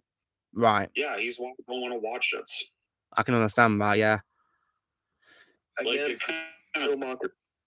it kind of foreshadowed Kevin Spacey's real self. Oh dear, that's not good. That. But A Time to Kill, in my opinion, is worth watching. For Matthew, and also Samuel Jackson's in it as well, and so Sandra Bullock as well. Well, I might as well watch it so I can wipe that weird movie from '97. Yeah, and also as well, if you guys are familiar with Braveheart, the actor who plays the villain of that movie, I think it's called Longshanks. I think he is. He's in the film as a judge. Yeah. Rest in peace to him as well. Patrick McGoohan, is it? I think he's called. Yeah, and for some reason, guys, he sounds a lot like Corey Burton. Yeah. Then I got 2 more films, guys. One of them is for a film which came out this year, which I thought was actually a very surprisingly good movie. And Don, you're going to be familiar with this because it stars Brad Pitt. All right, what's this movie? It's from this year, which you saw, and you said it was really good in your review, didn't you? Yeah. Oh yeah, it was Bullet Train. Yep, Bullet Train. I saw this film, earlier this week, guys. I had a really fun time watching it. It was really fun. I'm gonna check the movie out someday. Yeah, don't tell me to forget people, Declan. It's rude. I'm fully aware the Sutherland father and son were in that movie. I'm fully aware, thank you. And then last, guys, I also got one of my favorite movies by Martin Scorsese. And this film is, I think it's his first collaboration with Leo DiCaprio, guys, and it also stars Daniel Day-Lewis and Cameron Diaz actually as well. And also a small role from Liam Neeson as well. And can you guys guess what it is? I have no idea. Wait, what? No. It's a Scorsese film, guys, and that's of course none other than, of course, Gangs of New York. Oh yeah, that's New York. Yeah, very good movie in my opinion. Really Never saw good. And then, it. last but not least, guys, I was able to get 2 action figures as well. 2 figures. And these guys, I got figures were 2 figures from DC guys. And I'll give you a clue so you know where I got them from. And these 2 figures, guys, are from my favorite DC video game of all time. DC game. Oh, nice. Can you guys do you guys know what my favorite DC game is? Is it Injustice? No. Arkham City? Yeah, and can you guess what I got from Arkham City, Ozzy? Is it the Joker? Yeah, and also someone else, of course, as well. 2 figures I got. Is he another villain or is it Batman? Yep, it's none other than, of course, Batman from Arkham City and, of course, the Joker. Yeah, from my favorite DC game of all time, Arkham City. Yeah, I got these 2 today, yeah. And Awesome. what's cool with Batman, you can get other figures from the game, It says you can get, Catwoman, Ra's al Ghul, and Penguin from the Arkham City game, and you can collect them to both Solomon Grundy. I haven't played Arkham City in years. Yeah, I think Arkham City is an example of a timeless game, guys, because it has really amazing graphics for a 10's decade game, and it's timeless in my opinion. And in my opinion, it did not need to get an awful, remake or Return to Arkham. That remake sucks in my opinion. Remaster or remake, it was terrible in my opinion. Like, can you guys believe that it had a worse graphics than its original version? So that's why it was bad. Yeah, worse graphics than the original version in my opinion. And Blaze, aside from the bad graphics, what else do you think was bad about Return to Arkham in your opinion? The frame rate. Frame rate, oh dear. This is still a really good question. How do you score a remastered video game of an old game? Yeah, I think what we do is they take the footage of a game or whatever, and they do enhancements to it. Like, say if you have a game which was previously in 720p, but we'll probably upgrade it to 1080p for HD or 4K. Who knows? Can we do that really? They could even draw it all again from scratch, maybe for all I know. There's 2 big examples from me that are how do you screw this up remastering a game, and that's for GTA Defective Edition. Oh, I hate Sonic that. Colors Ultimate. Yeah, I'm gonna come up with a nickname for Sonic Colors Ultimate because that game was awful. Sonic what Ultimate, Ozzy? Colors Ultimate. It's a remastered of Sonic Colors on the Wii. Sonic Colors. Yeah, the Ultimate version was awful because there was so many glitches, you had no idea. I can imagine there'd be a lot. I mean, because being a glitches, guys, this week, guys, I was able to get, £22 from this because, guys, this week, guys, I sold Cyberpunk. I sold it. Cyberpunk, I sold it. Thank God I never played it. Yeah. Yeah, because, guys, it took many years to make, guys, and in my opinion, it sucked. Yep, I was just never interested. Yeah. Even with Keanu Reeves in the game. He's probably one of the best part of it, in my opinion. Keanu was in the game? He was, yeah. He was. In my opinion, the only best part of the game. But he didn't save it, sadly, because the game was terrible, in my opinion. So I sold it. Yep, I'm just grateful I never played it. Yeah, don't, for your own sake. And also, guys, it's also a big eat of storage as well. Because, guys, you know how Red Dead Redemption 2 has 2 discs, for installing on Xbox One, right? So does Cyberpunk. And in my opinion, Red Dead 2 is way more worth the long wait than Cyberpunk. Well, I got Red Dead Redemption 2 digitally on my Xbox. That's probably a good idea, yeah. Red Dead 2 is one of the greatest games of all time, in my opinion. It sure is. I mean, Don, didn't you say it's your favorite game of all time? Yes. Great choice. And I can also confirm, guys, through, playing it this week, my favorite superhero game of all time is Spider-Man for PS4. Oh, yes. That's my second favorite. Yeah, that's my favorite superhero game of all time. I love Spider-Man PS4. And I also confirmed earlier, Don, as well, that my favorite director of all time is Sam Raimi, just in case you're wondering. Yeah, my favorite director of all time, Steven Spielberg. Nice. Love Spielberg. Yeah, my favorite director of all time will still George Lucas. Mm. I mean, And of course, he's not my favorite. Francis may have directed my favorite movie of all time, but he's not my favorite director. Yeah, I know why, Don.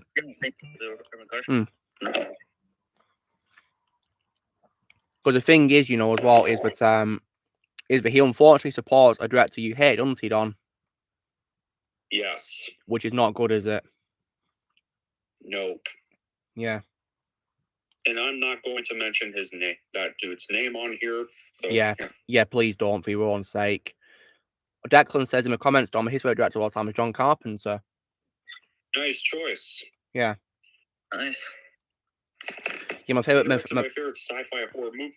That guy directed my favorite sci-fi horror movie of all time, which is the. Yeah, I love The Thing. That's my favorite work of his. Yeah, masterpiece. An example, in my opinion, of a timeless classic which never has and never will get old, in my opinion. Yeah. And my favorite movie from John Carpenter is always the original Halloween. I've even got a poster of a Thing poster on the wall up there as well. That's my Goonies poster. Yeah, I have a paper poster right below my Return of the King paper poster. I've got to get a poster of Return of the King one day. Oh, apparently, Alexander, you did an awesome job as Cyrax in Mortal Kombat, dub. Alexander, Sorry? apparently you've done an awesome job as Cyrax in, Mortal Kombat. Who says so? Backdoor says so. Oh, well, thank you, Backdoor.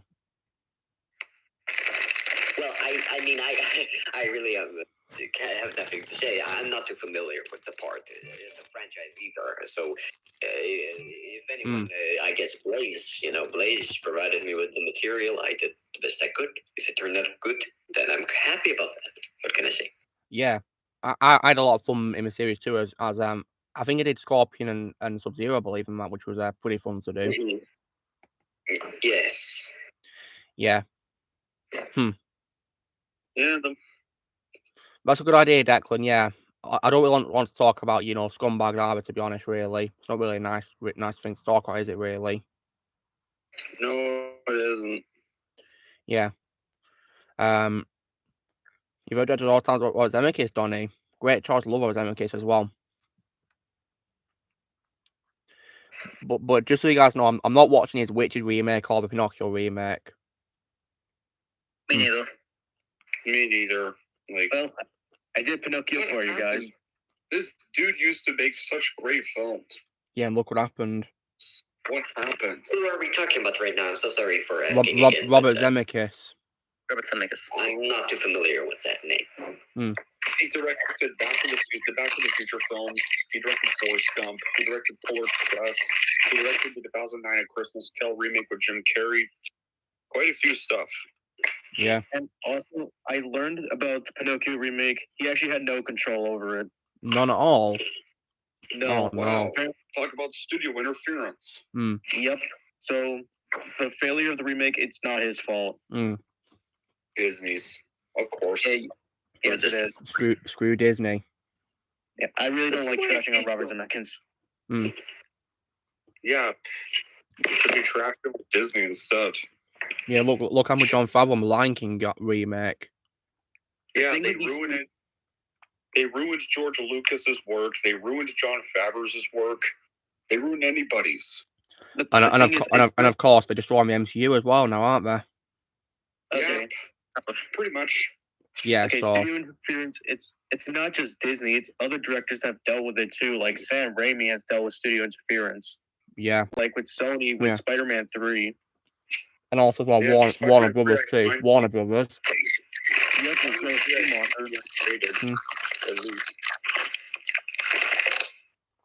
Because unfortunately, I think Joel Schumacher, I think he directed my worst movie of all time, unless The Revenge has anything to say about it.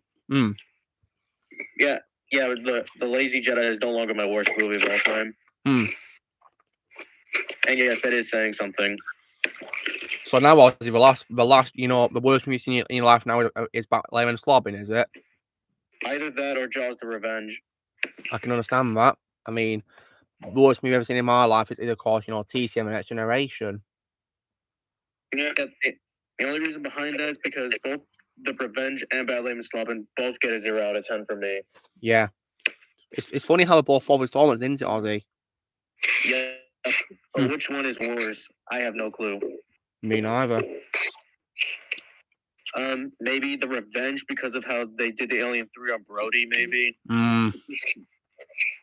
Because at least Batman doesn't get killed off early on screen, even though they ruined him in the movie. Yeah, I suppose. And I suppose Michael Goff is still great as Alfred as well, even though they made him, just an unwell character for the whole movie, really.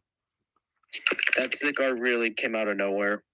I know, yeah, it made no sense, and, but nonetheless, for Michael Goff, it's still my favorite Alfred, though. No, I'm just going to go ahead and say Jaws: The Revenge is worse than Batman and Slobbing. Yeah, I can see why you picked that, yeah. Never saw Jaws: The Revenge. Glad Don't. You're saving yourself a lot of pain. Yeah, don't. If you guys have not seen The Revenge, then please don't, for God's sake. Only Jaws sequels I saw were Jaws 2 and 3D, and those were bad enough. For some reason, in the fourth movie, the shark roars, and they stole that roaring clip from Tom and Jerry. Yeah, and which is stupid because sharks do not roar because they have no vocal cords in real life. I told my friend about this yesterday, and he could not stop laughing. Well, it is a laughably bad movie, isn't it? Yep. And also unlikable characters. Yeah, of course. I couldn't care less about any of the new characters in Jaws: Revenge. They were all just unlikable and annoying. I think the worst character was Jake because he would not stop complaining. God, he just wouldn't shut up. I think they also ruined Ellen Brody as well. Yeah, but she keeps whining and complaining, and also the fear of the heart attack makes no sense. Brody killed 2 of the sharks. Exactly. How does he die of fear of a heart attack? Makes no sense, and I think sadly the film also has my least favorite role of Michael Caine as well. Live action wise. Yeah, Hoagie. Yeah, honestly, he's just forgettable to me. Whereas my least favorite voice role of his, of course, is Finn McMissile in Cars 2. Because in my opinion, Finn McMissile was also very unlikable as well. I did not like Finn at all. Jaws: The Revenge belongs in the garbage. Yeah, it does. It does. I swear, if I ever find it on my front porch, I'm bashing it with a hammer. Yeah, go for it. Destroy it. Yeah, just like how Rambo After Life destroyed a VHS copy of Alien 3. Rightfully so. I think now with any bad movie, I'm just going to bash it with a hammer. Oh, Daniel's joined us. Hey guys, how's it going? Yep, going pretty well. Nice to have you here. So, can't stay for long because I'm at a plane festival right now, but I was wondering if you guys heard the breaking news about the Netflix Witcher TV show. Yeah, what's happened in it? Well, Henry Cavill is leaving Geralt, the Witcher TV show, for Netflix, and then Liam Hemsworth is replacing him. Really? Well, now I'm not going to continue with the show. Well, I guess it would make sense. Maybe it would make sense since Henry Cavill is coming back as Superman. But yeah, I'm not watching any more of The Witcher. I suppose Henry's got a busy schedule, hasn't he, as well? Lots of films. All right, I'm going to go ahead and bounce, but I just figured I might as well share that information with you guys. Well, thanks for letting us know, yeah. I'll be back, but just not sooner. Goodbye, guys. All right, take care, Daniel. Take care, Daniel. Bardola says least favorite movie, which is also least for anime movie, is Mars Needs Mums. Oh God, I tried to watch it from when I was young, guys, and I shut it off. I lost interest. It was stupid in my opinion. I believe that was the movie that destroyed Robert Zemeckis' animated company. Image Movers. Oh dear. Yeah, it did. It destroyed motion capture in general. What do you call a frying pan that you can use in the rain? I have no idea. Yeah, so I tried to watch Martin's Mum, guys, and I switched it off, pretty early in because, mainly because that kid was very annoying and unlikable in the movie. Milo, is it? Didn't like him. I can't. It's just the animation on the Martians, or just the animation in general. Like, how did they? This is easily the worst motion captured movie I've ever seen. Yeah, like I thought plus, it looked ugly. Yeah, and plus the comic release backstory even. Well, right, you didn't watch the whole thing, but Yeah, well, you can tell me all you want about it. I don't care about spoilers. It doesn't get better. Well, I'm not surprised. Like A drying pan, good joke, Donnie. The comic relief character literally has this backstory that's so depressing for a lighthearted children's film. Oh dear, not good.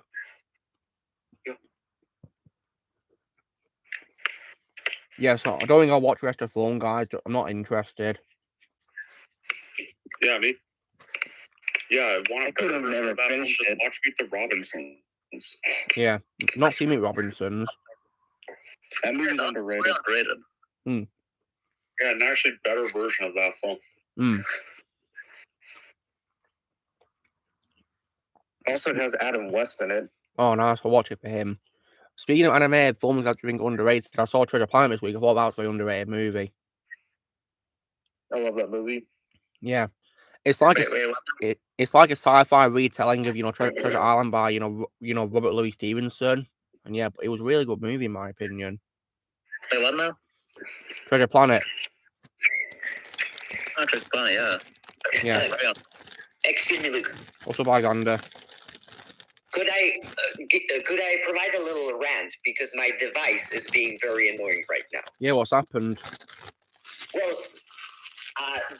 the computer on which I'm editing, since my movie has a lot of clips in it right now, and I'm saving a lot onto my computer, which I've already deleted half of everything that was on my computer. But basically, I needed to save it's a 4-second new clip, 4 seconds. And 4 seconds, very short, everything. It says not enough space. So I went and I deleted 2 2-minute videos. I deleted 2 2-minute videos. I came back. I even reloaded everything, and it still says not enough space for 4 seconds, even though I just deleted 2 minutes. Well, I can relate because I have a problem a lot when I'm exporting my videos. Sometimes it's very annoying. Yeah. I mean, that's why I edit my videos on my iPad nowadays instead of my phone. Yeah. Sadly for me, guys, my iPad doesn't have much space on it compared to my phone. I've used my iPad. My iPad has way more storage than my phone. I think I only have 64 gigabytes. When I upgrade to my next phone, I'm getting more storage.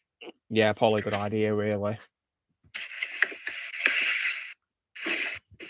That also applies to, I guess, updating, the software, I guess, because that also gets really annoying with, they go, you don't have any storage.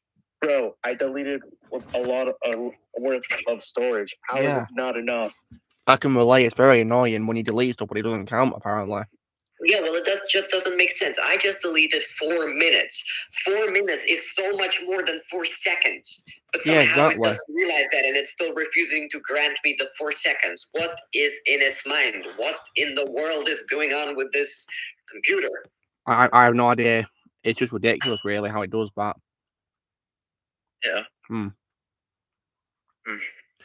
So Dom, when it comes to Matthew McConaughey, what would you say is your favorite performance by him? Interstellar? Yes, Sam. I loved him as Cooper in Interstellar.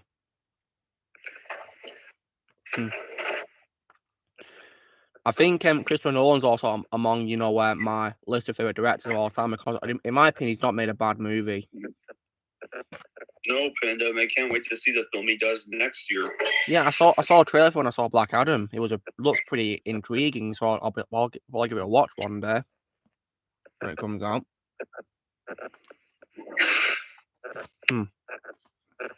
I enjoyed there's a sequel. It's been a long time since that film came out, but I'm not sure. Iron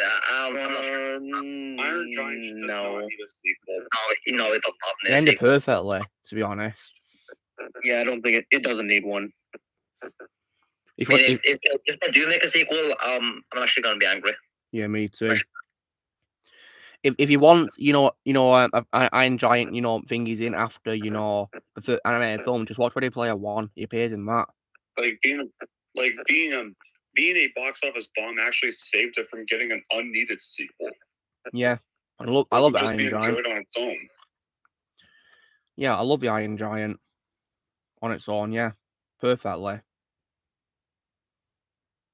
Well, it's one of the best movies of all time. Shows Iron Giant at the end. Well, all I can say in response to that is, so what? So what? Yeah. Yeah.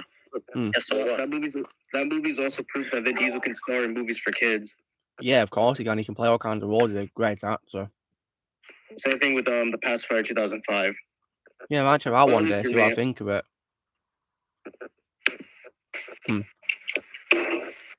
I personally enjoyed that movie. Yeah, I'll see what I think of it. Titan AE, never heard of it. I saw it. Never saw it. I've seen it. What is it? Is it like a movie or show or something? It's a animated movie. Well, that rules me out because I hate anime. I said animated. Animated? Yeah, animated movie that stars Matt Damon. Animated film, eh? I think the movie was okay. Yeah. Yeah, I actually thought it was kind of enjoyable. Yeah. And I'll see if I can watch it one day. Just go 6 or 7 out of 10. But my favorite voice for Matt Damon, guys, is Spirit. Same goes for me. Yeah. I really love Spirit by DreamWorks. It was a great, one of their great 2D films in my opinion. Probably my second favorite after Prince of Egypt.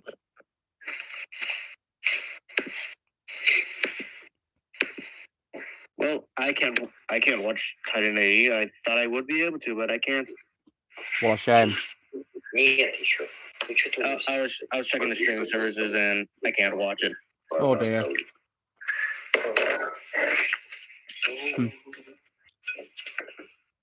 And I'll say if you want to watch it, you could always order it online. The thing is, again, I prefer to watch it on streaming before I buy it. Yeah, Sam. Because what if you don't like it, Ozzy? Yeah, if I don't like it, then I don't want it.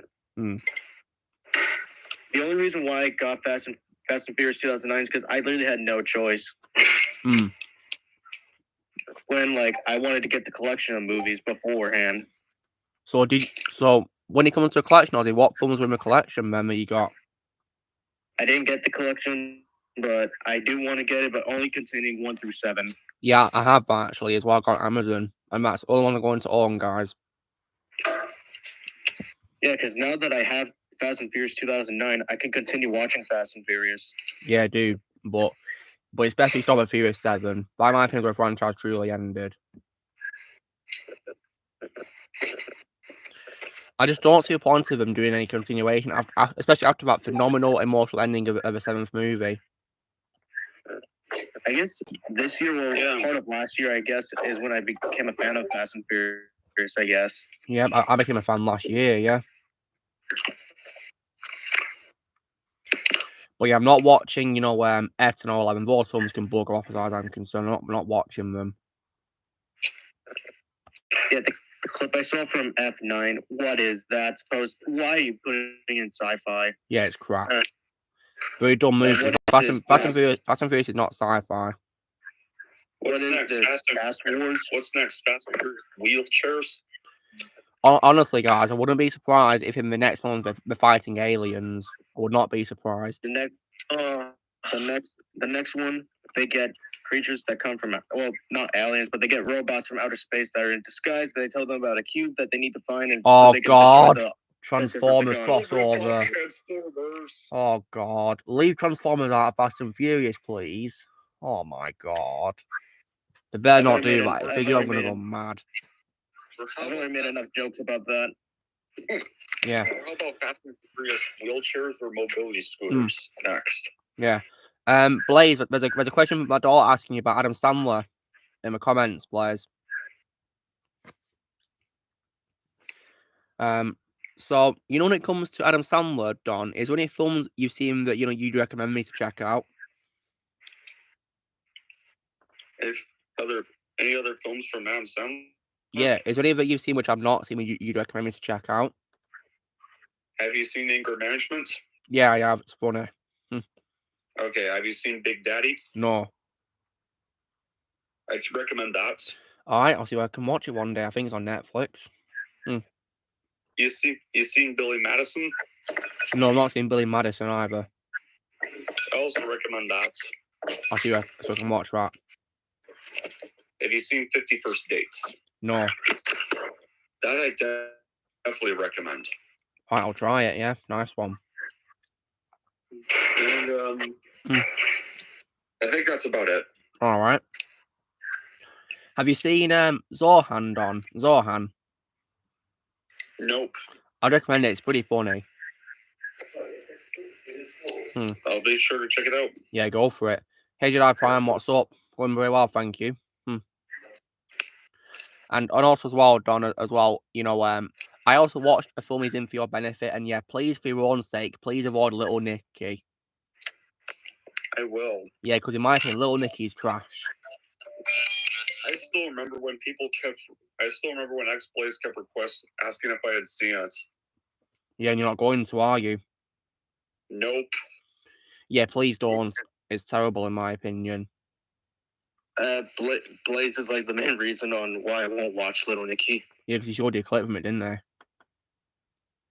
Yep. And I'm not going to say what scene it was.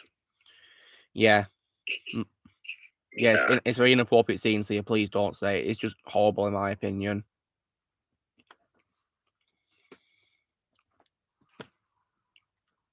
Yeah, I'm never watching that movie ever. Yeah, please don't. In my opinion, it's the worst comedy movie I've ever seen in my life. And the poster, though, that face he makes. Yeah, he literally has the exact same face for the whole movie. It's ridiculous. Doesn't try to act, it's all in the movie. And there's also a very cringe scene where he literally turns into like little ants with his face on them. What? Yeah, his body literally splits into like, you know, loads of like little ants with his face on them. Oh my god. Yeah. Like I don't even imagine what that looks like. Yeah, I mean, he literally goes like this, you know, like, really sweet evil. And then he literally turns into little ants. Oh, and now that image is trapped in my head. Yeah, just don't see your film, for God's sake. I know that Blaze is probably happy to hear me rant about it, aren't you, Blaze? I guess you guys can get ready for my rants for the live action remakes I'm planning to do for you guys. Well, good luck. I mean, I know you guys will be excited to hear me rant about these, you know, Friday the 13th sequels, which apparently are bad. Yep. That was a lot of fun. I mean, Shadow, when it comes to my rants in a movie discussion, which one would you say you've laughed the most at? Definitely say The Mummy. Oh, really? How about you, Ozzy? The Mummy 2017. Yeah. Is there a particular comment I said that made you guys laugh your head up the most? The harpoon. Yeah, it's just stupid, really. Yeah, the moment when I saw that, I literally started laughing. Yeah. And oh yeah, you guys will also be sad to hear it. It was actually on sale at Kex on Blu-ray. So I just gave it a finger and walked away. I sure it's on sale because they want to get rid of it. Yeah. Also this week, guys, as well, I'll be unboxing my figure of Chucky as well. Nice. Look at my it literally looks like a good guy box, you know, from the movies. The only reason why I've never owned any Chucky merch is because I'm afraid that's going to come to life and try to kill me. Don't worry, Ozzy, it won't. I know it's just not really a toy, but I don't want to come into life. Yeah. Well, I think the figure I have is much smaller than yours. Yeah. I mean, that's the size of it, guys. Yeah, see? That's what it is like, yeah. Oh, okay, no, never mind. It's almost kind of the same size, but it's definitely not that one. I mean, let me compare it with, you know, Superman, for example. Yeah. Here he is. So, like, Superman's definitely much taller than Chucky. Yeah, and then It's definitely not a NECA figure I have, though. Oh, it's not NECA you have, Don. Who made your figure? I forget, but it came in a much more similar sized smaller good guy box, like similar size to the one in the movie, except much smaller. And oh wow, I think you can actually get, you know, like an actual size Chucky from the films, you know. One of my stores actually sells life-size figures. Well, that's one. Well, I'm not going to get. No way. Yeah, because again, it comes to life, try to kill you. I don't want it. Yeah, hopefully that won't be the case. And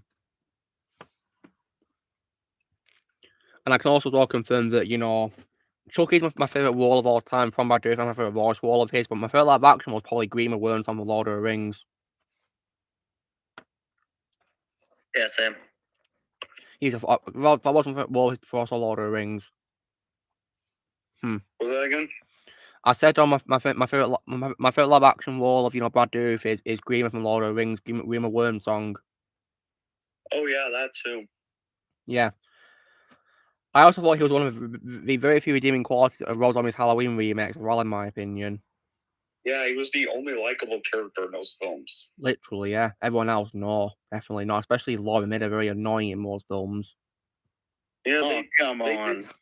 They at least did make Annie slightly more likable in the second one, at least. So, I suppose, but it's saying something, though. Yeah, I did like how they did her death scene in H2. Yeah. If only more of the movie had been well acted like that. Yeah. H2O was just, you know, okay, really. Like, that one scene showed that movie had potential to be better than the 2007 film. Yeah. Is it okay, Alexander? Yeah, I got a cold. No worries. Hope everyone's okay, yeah. So did you remake that I like? The other one that I like the most is like John Favreau's Jungle Book remake, and I guess also, you know, the older, you know, 101 Dalmatians one with Glenn Close. You know, I like that one. And I also as well like you know, Cruella from last year. That was also good too, in my opinion. But I prefer Glenn Close's version more. Little Man, maybe. See what I think of it. And also, just so you know, Don, after I've checked out, Friday 13th, I'll be checking out, you know, the Free From Hell trilogy. Whatever it is, yeah. Yeah. I only liked the first two films of that trilogy. Yeah. For me, that series is only a duology. Yeah. Because didn't you include Devil's Rejects in like, you know, your first episode of films didn't need a sequel, Don? Yeah, I did. Yeah. And which of the two is your favourite out of that trilogy? The Devil's Rejects. Nice. I mean, yeah, I still have some of the same Rob Zombie typical problems with it, but it's the only best of his works. Like his wife, for example, being in it? Yeah, but she's slightly better in that film than the rest of his stuff. That's good, I guess.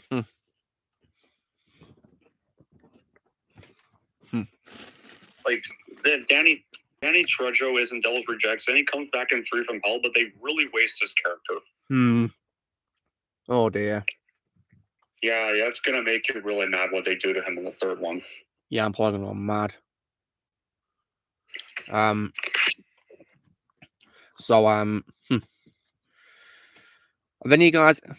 any other guys here seen Free From Hell? Nope. Well, I'm hoping to watch them. Well, guys, if you're not watching it, I'll probably watch it for your benefit. I'll probably watch it for your benefit then. Yeah, I've seen it, and I think Declan seems to have seen it, and he says it's terrible. Yep. So yeah, if you guys don't want to watch it, I'll watch it for your benefit. So you guys don't have to. Then. I mean, I guess I'm a superhero, aren't I, by doing that? Yep, you are. Yeah, so apparently I'm a superhero that watches films, so always don't have to. Yeah. Kind of like with Angry Video Game Nerd, how he plays bad games, so we don't have to. And does he rage about him, Ozzy? Yep. The The only other things I don't like of Devil's Rejects is that middle half. Middle half, eh? That I won't. Yeah, there's this middle section that I won't spoil. That all right. I really hate that section, but like, do you want to know something that happens completely random in a game that the nerd plays? What happens? He was playing a Star Wars game, and he was in a boss battle with Darth Vader, and literally in that boss battle, Darth Vader turns into a scorpion. What? What the? Yep. That's just pure ridiculosity right there. Yeah, his reaction was so incredibly funny. Wow. I'd love to see that one day. I'll see how I react to him. It's probably going to be really funny. Yeah, it's titled Angry Video Game Nerd Star Wars Games.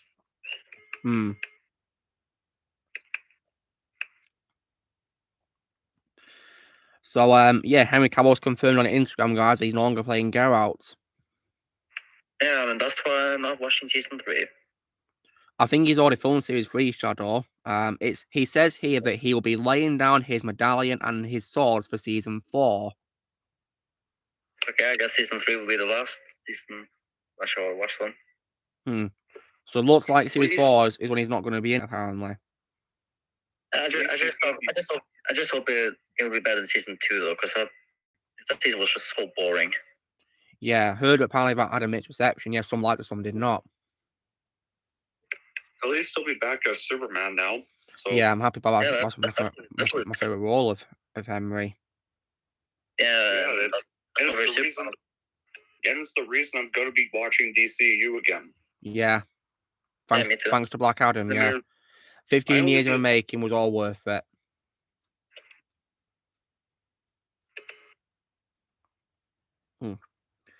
Blaze, that read-up thumbnail so weird, isn't it? I do hope that Blaze created an appropriate read-up. Yeah, the thumbnail's weird, Blaze. Goodness me. It's like it's still like, Sheba fighting that Cyrax. Goodness me. Yeah. I should ask why. I should ask why she got her hands on her head, though. Like she's surrendering for some reason. I don't know what she's doing. I'm not going to make any comment on the thumbnail. Yeah, probably best for you don't. Yeah, it's weird. Because I'm probably going to make a joke that's not appropriate. Yeah. And this one, of course, the voice much older Shang Tsung. Yeah, that's pretty cool. Yeah. And Blaze has already confirmed that pretty decent. Or pretty good. Didn't you say that, Blaze? Yeah. So apparently Liam Hemsworth's going to be playing Geralt instead of Henry. Are you kidding me?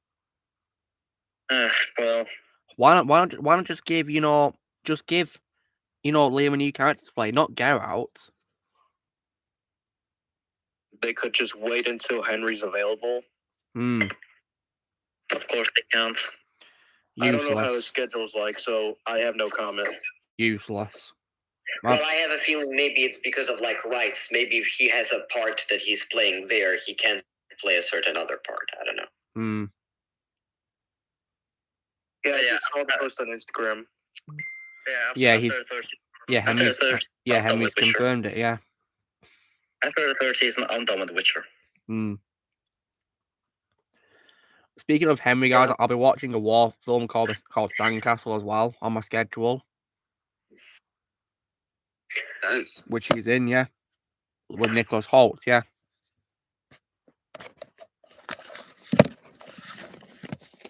So I'll definitely. I've only seen him in 3 roles. Yeah, I've seen him. I've seen him in 2 of the roles besides Superman. Yeah, and what roles are they, Ozzy? August Walker from Mission Impossible, obviously. Yeah, that's one of my second favorite role of his, yeah. And then he was in a movie called Count of Monte Cristo. Yeah, I think that's one of his early roles, isn't it? Yeah, he was a kid. Saw that movie. Well, he was a kid, was he? Well, it's 2002, so that means he must have been 19, I think. I see Richard Harris also in it too, so is Guy Pearce. Yeah, I think Albert's my third favorite role of Henry. Nice. My third favorite might probably be Sherlock from Enola Holmes. Yeah, I have not seen that, so I really have no opinion on it. Yeah, it's pretty good. Yeah, and my second favorite role of Henry is Geralt. And my third favorite is August Walker. Yeah. We'll see. Fourth would be Sherlock. We'll see what I think of Geralt eventually. Because Sherlock Holmes is. Honestly, Henry Cavill is awesome in The Witcher. Nice. Oh, cool. I was about to say, is Sherlock Holmes still a popular character? Well, it seems so because he's a several things, isn't he? He had a TV show, called Sherlock with Benedict Cumberbatch playing him, and you also got these two films with Henry Cavill in Enola Holmes, but I really hope that the second one with Robert Downey Jr. gets a sequel. And unfortunately, Ozzy, there's also like a comedy as well called Holmes and Watson, in which Will Ferrell played Sherlock. That I am aware of. I've never seen the trailers, and it never interested me. Well, it's good we didn't watch. It's good we didn't watch because in my opinion it was crap. Well, I gotta get going now, guys. But oh well, nice to have you here, Don, and yeah, you take care. Yeah. Yeah, take care. Yeah, thanks for coming. Take care. Yeah. Bye. See ya. Take care now. Oh, so I guess I'm saving myself a lot of pain. Yeah, because in my opinion, Holmes and Watson was crap. Yeah, I heard the movie was awful. Yeah, it was. Yeah, in my opinion. Would you say that Sherlock is Will Ferrell's worst ever role? Yeah, I might say that. Live action wise, yeah, from what I've seen of him. Yikes. Well, I don't want to see anything bad with Will Ferrell in it. Yeah, just don't see all the Holmes, for God's sake. I'll stick to Megamind, and I'll stick to Lego Movie. And apparently, Ozzy, do you know what's so bad about the movie, Holmes and Watson? What's bad about it? Apparently, it was so bad that lots of people walked out of the cinemas in its early release days. That's a big red flag. Yeah, wow. People walked out early into it starting. You know that? That is a big red flag right there. Yep. Have any of you guys ever seen a film called Stardust from 2007? Yeah, I've seen that. Did you guys know Henry Cavill's in that movie? No. No. Yeah, he plays Humphrey Shadow. Okay. Yeah, the boyfriend of Victoria. What Victoria, who is Sienna Miller's character. Oh, I just never noticed. Yeah, he is hard to recognise because he of course uses his natural British accent in it. Yeah, so and he wears he got blonde hair, thinking it as well, and a beard too. And you guys know who narrates Stardust? Who? Ian McKellen. Oh, nice. Yeah. Yeah. It's also by Matthew Vaughn, the same director of Kick-Ass and the Kingsman films, and X-Men First Class. Whenever I hear that word Stardust, it makes me think of Rogue One. Yeah, well, I can see why. Yeah, because that's what Galen also calls his daughter, doesn't he? Jin. Yeah, I can see why. And speaking of Matthew Vaughn, guys, I was checking out another film he's doing, coming out soon, which Henry's going to be in, called Argyle. It looks like I'm in luck because Stardust is on HBO Max for me. Well, go for give it a watch. In my opinion, it's an underrated movie. And also, guys, I also see Charlie Cox in the movie. Yeah, Daredevil's in it, and so is Claire Danes from Terminator 3, and that bad Romeo and Juliet movie from the 90s, and also Robert De Niro was in it. So was Michelle Pfeiffer, Mark Strong, and also Peter O'Toole, may rest in peace, is in it. Peter O'Toole, you guys know him for being in Ratatouille. Yeah, and this film, guys, called Argyle, not only is Henry in it, but it also stars Sam Rockwell, and also Bryce Dallas Howard, and also Bryan Cranston, Catherine O'Hara, John Cena. And also Samuel L. Jackson and Dua Lipa's in it as well, you guys. You know, Dua Lipa. You sold me on Sam. Yeah, he's in it, yeah. So I'll be sure to check it out, yeah, to see Samuel. Oh. And yeah, I'll be definitely going to watch. So what? I might as well confirm this. Samuel Jackson, I guess, is my second favorite actor of all time. Well, I can see why. He's amazing. And yeah, Zoolander 2. Not seen Zoolander 2.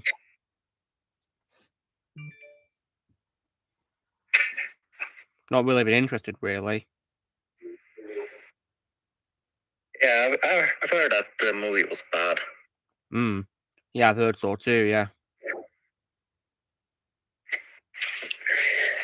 But I guess I could see just how bad it is. Yeah. I'll probably watch the first one, see what I think of the first one. Yeah, the first one is not that bad. So, but my favorite live action Werewolf film is Woody and Elf, though. My favorite live action Werewolf film, guys, you know, good old Buddy and Elf. Which I'll be watching for Christmas. Yeah. This Christmas, guys, I'll be checking out, you know, Christmas card I bought Zemeckis as well. See what I think of it.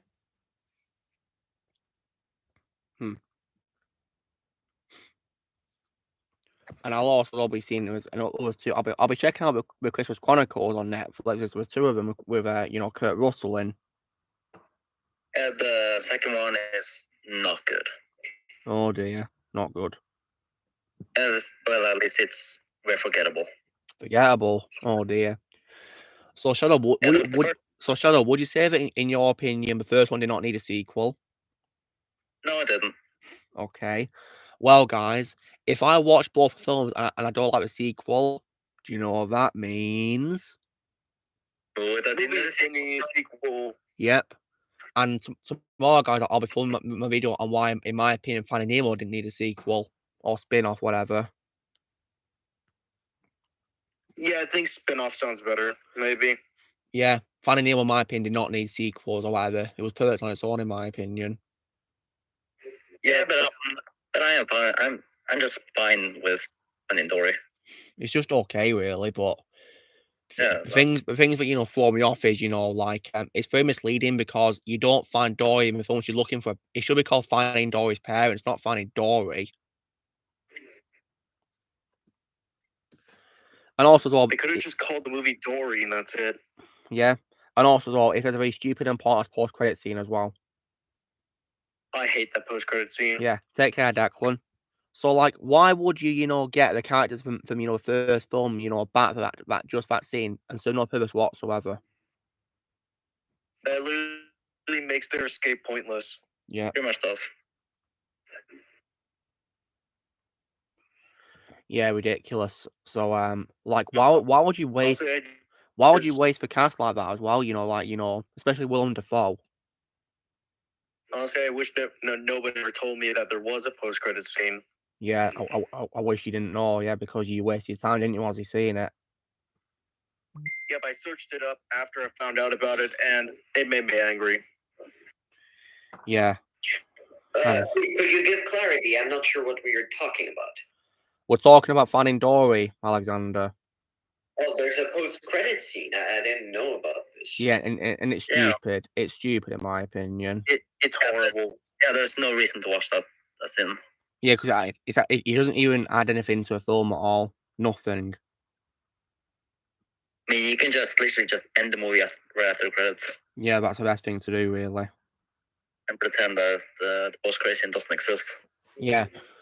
As far as I'm concerned, guys, Finding Nemo, in my opinion, was perfect on its own.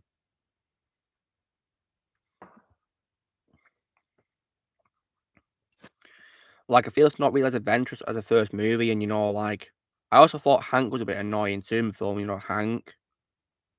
Yeah, he was a bit unlikable. Yeah, and I feel it's also too similar to the first film as well, you know, really. Too similar. Except this time the roles are reversed. Yep. Well, at least this is not like the original Finding Nemo sequel we were gonna get, but got canceled. Mm. I read that. Oh, we don't do a third film, for God's sake. I read that the original sequel was going to be, and it was not going to be good, based on what I've read. Well, I'm glad it didn't come to happen. And you know it's going to be bad if it's from today's Pixar. Yep. You know, Turning Red, Lightyear. Yeah, Turning Red, in my opinion, was garbage. And I, of course, refused to watch Lightyear as well. Based on the plot that I read about it, there's one thing they said that made it dead on arrival. The original sequel, Finding Nemo. And what happened, Ozzy? Originally, Nemo was going to have a long-lost brother. What? God. Well, does not make any sense. So, yeah. At least we didn't get that. Like, he did not mention he had a brother in Finding Nemo, Finding Dory. And, I mean... And, of course, that Barracuda, of course, ate all the other children. God. And the opening scene. Yeah. And also as well, oh yeah, Supernatural. I started watching after the 5th season. I lost interest. Never saw it. Yeah. But I did check out a Scooby-Doo episode and the Fiona episode with Jeffrey Dean Morgan in.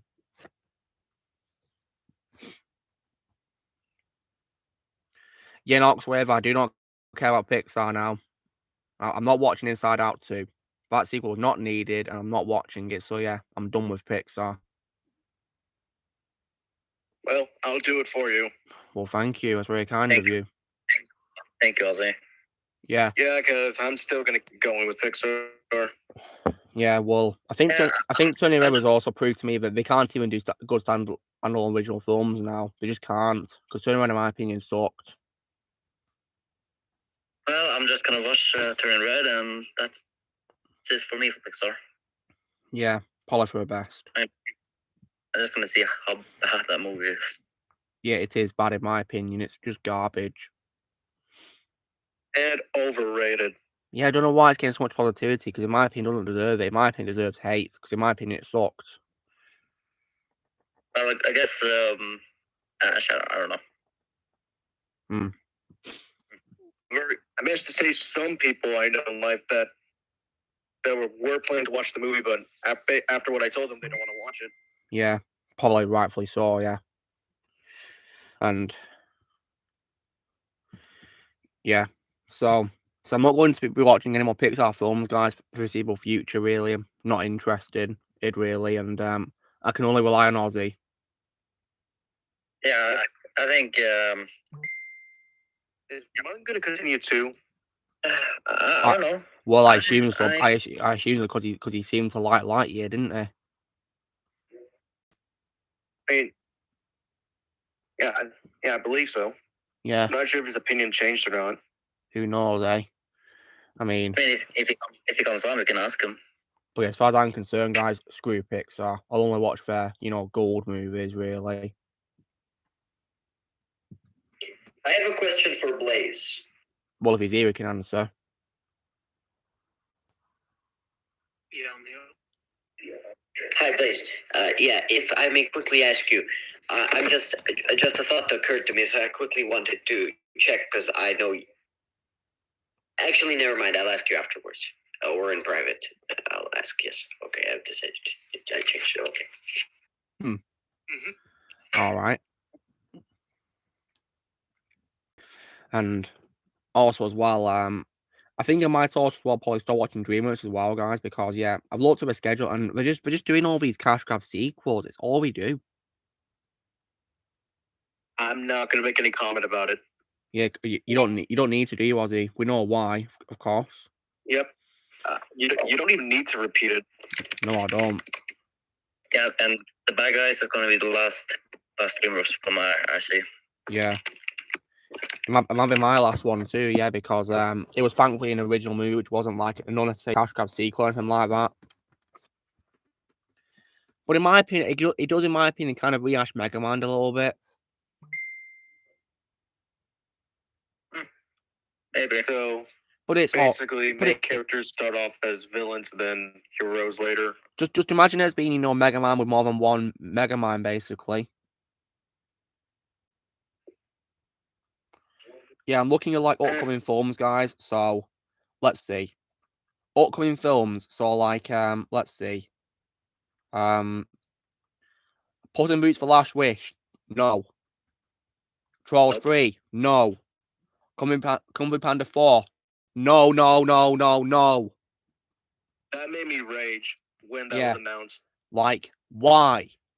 Why? I literally chucked my pillow to my wall. Like, there's no way I'm ever going to. I'm not watching a fourth movie. Not needed. The third movie perfectly closes the story. Yeah, but Hollywood never learns. No, we don't. And it also seems that despite, you know, the second movie of the BS Baby not doing very well, we're doing a third BS Baby movie.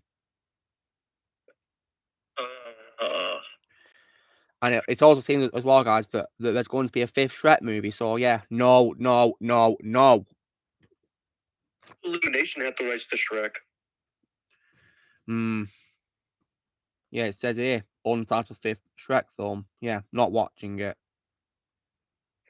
Do that film all the way. Well, hopefully these fans that beg for these unnecessary sequels got what they wanted. Yeah, they got what they wanted, but apparently it's not going to be good, is it? Just wait till the actual movie comes out, and they'll show you how disappointed they'll be in. Yeah, so this Puss in Boots spin-off's going to be released on December 21st. That's Samuel L. Jackson's birthday, isn't it? Yeah, Samuel L. Jackson. Yeah, it's his birthday, guys. It's going to be his birthday when that movie comes out. We'll be watching Samuel L. Jackson movies instead of watching that. Good idea. Just out of curiosity, Ozzy, have you seen Snakes on a Plane? I saw some of it, but my favorite scene is enough is enough. I've had it with these different snakes on this plane. Yeah, that's like a very classic meme, isn't it? I think that's probably the scene which, you know, makes the movie, you know, remembered because of that famous scene. It's probably the most famous scene in the film. I wish I was kidding about Shrek 5, guys, but according to Wikipedia, it's in development.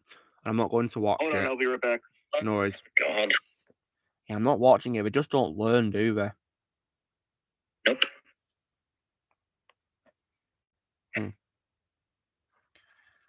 So there's no way I'm going to waste my time on it. No way. Neither. Yeah. Next week, guys, I'll be checking out, you know, after I checked out Friday 13th, I'll probably check out, you know, there's two more Tim Burton films I'm going to check out called Edward Scissorhands and also Ed Wood. Yeah, I think you might like Edward Scissorhands. Yeah, I've heard it's had good reviews, so yeah, I'll be sure to check it out. Yeah. I enjoy Edward Scissorhands, but I'm not personally a fan of the ending in terms of the logic myself, personally. Really? Okay. Yeah, personally. Yes. Well, the movie is not perfect, but it's still a good film. So, what would you give it out of 10, Shadow? Thinking 7 or 7.5. Oh, wow. How about you, Alexander?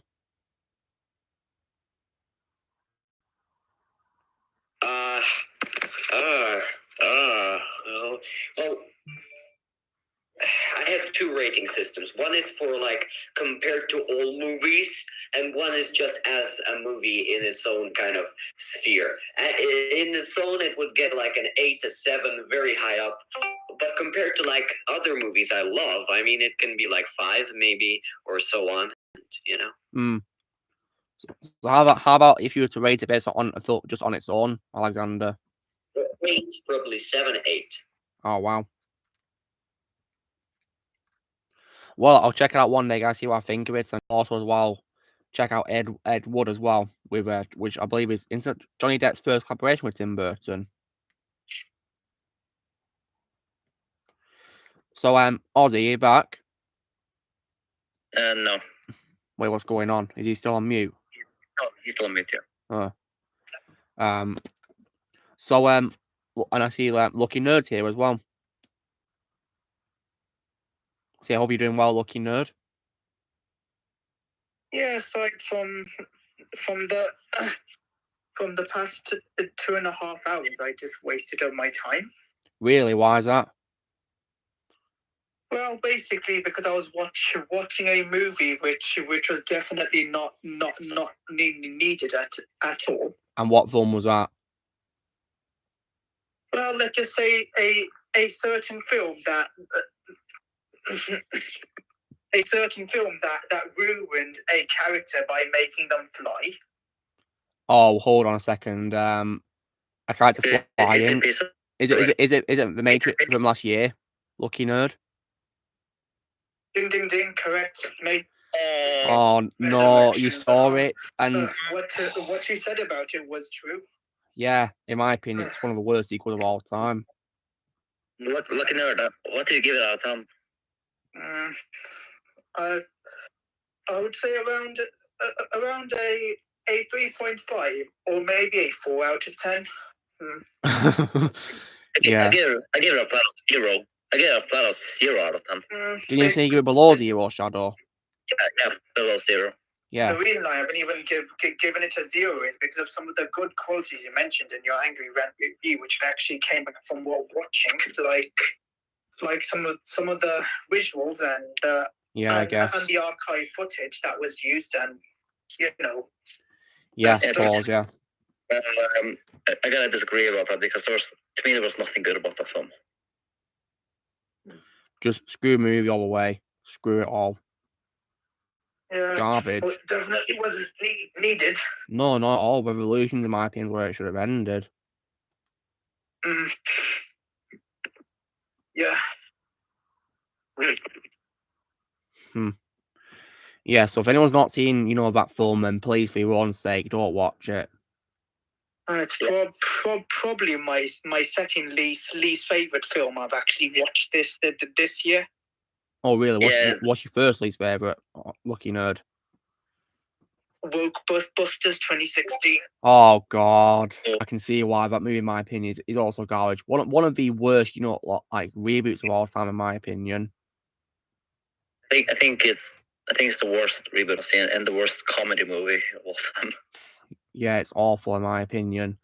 Like that's not how you reboot a franchise at all. Definitely not. Afterlife, however, should have been the true.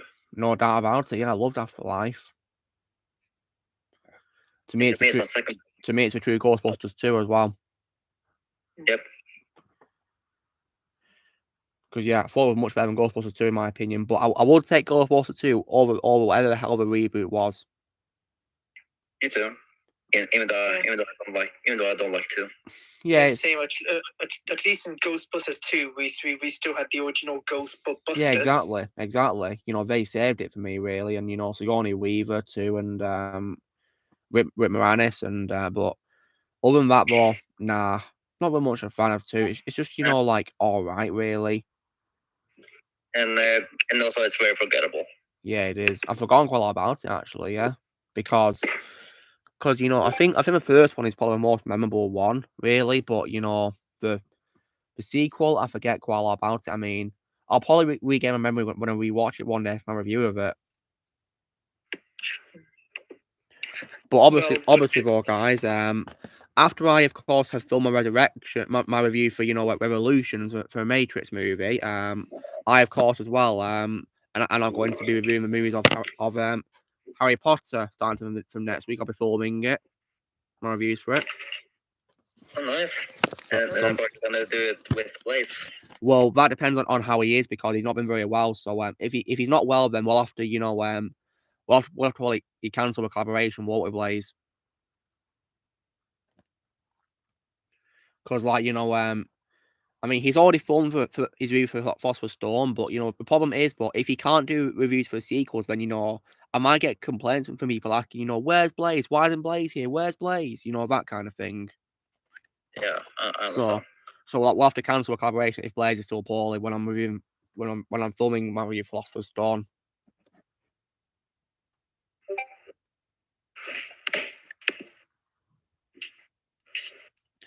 Yeah, that's fine, Blaze, but, you know, I don't want people to be, you know, complaining if you only pay him in the first review and you don't pay him in the next one, you know, so we'll have to probably scrap the cancel it, you know, the collaboration, really. It will probably be weird if you only paid in one review, right, not the other 7 films reviews.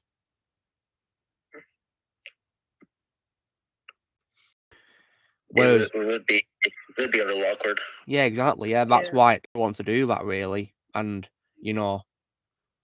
And plus, Blaze, what if you're also very busy with your projects, aren't you? I don't want to burden you with being busy, do you? Because, you know, like me, you're a fellow YouTuber, aren't you? So I imagine you're busy. And speaking of, you know, YouTube guys, I also hope you enjoyed the series premiere of Hound, my Transformers show. I still haven't seen that yet. Yeah. Yeah, just so you know, Shadow, it's like a prequel to, you know, it takes place at the same time as the first 3 films of the Bayformers films. Okay. But it begins with like the escape from Cybertron. Alright. Yeah, it's basically the first 3 films, but from the point of view of Hound. It's like his own story, but it takes place at the same time as the first 3 films of Bayformers. So when you guys watch the series, you know, be on the lookout for, like, you know, connections to the first 3 films by Michael Bay. But I'm not going to do it where like I show it down your phone. I'm just going to, like, you know, include, like, you know, just a few references, really. It's like, you know, Hound's own story, but, you know, connected to Bayformers, really. That kind of thing. Shared universe sort of thing. That's very interesting. Yeah, so hope you guys have enjoyed it, and, you know, so, my daughter, have you seen it yet? Because I hope you've enjoyed it, of course. I know that you enjoyed my last one, you know, Lockdown Awakening.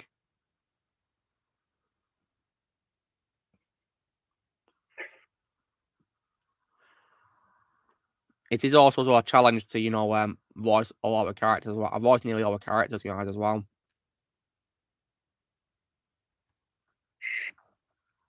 So it is pretty challenging. Yeah.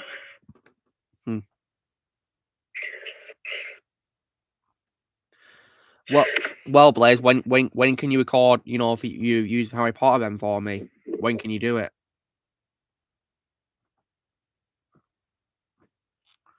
Because, you know, I'll be filming my review for Philosopher's Stone. I'll be filming my review for it, you know, on Tuesday. So, yeah, go over about all it. It's out for you to watch, and episode 2 is going to be out, you know, next Friday.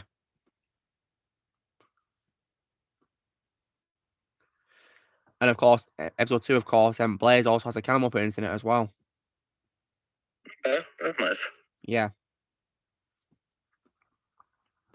And Alexander also watched it, and he said he liked sound effects, didn't you, Alexander? Yes. Yeah. So I'm glad that, you know, I chose, you know, sound effects which are, you know, impress you guys happy.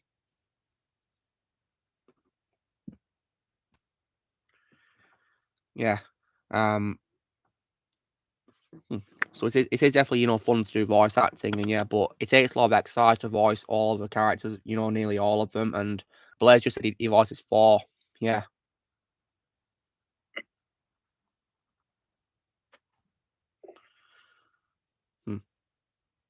So yeah, I'm almost finished with The Office now.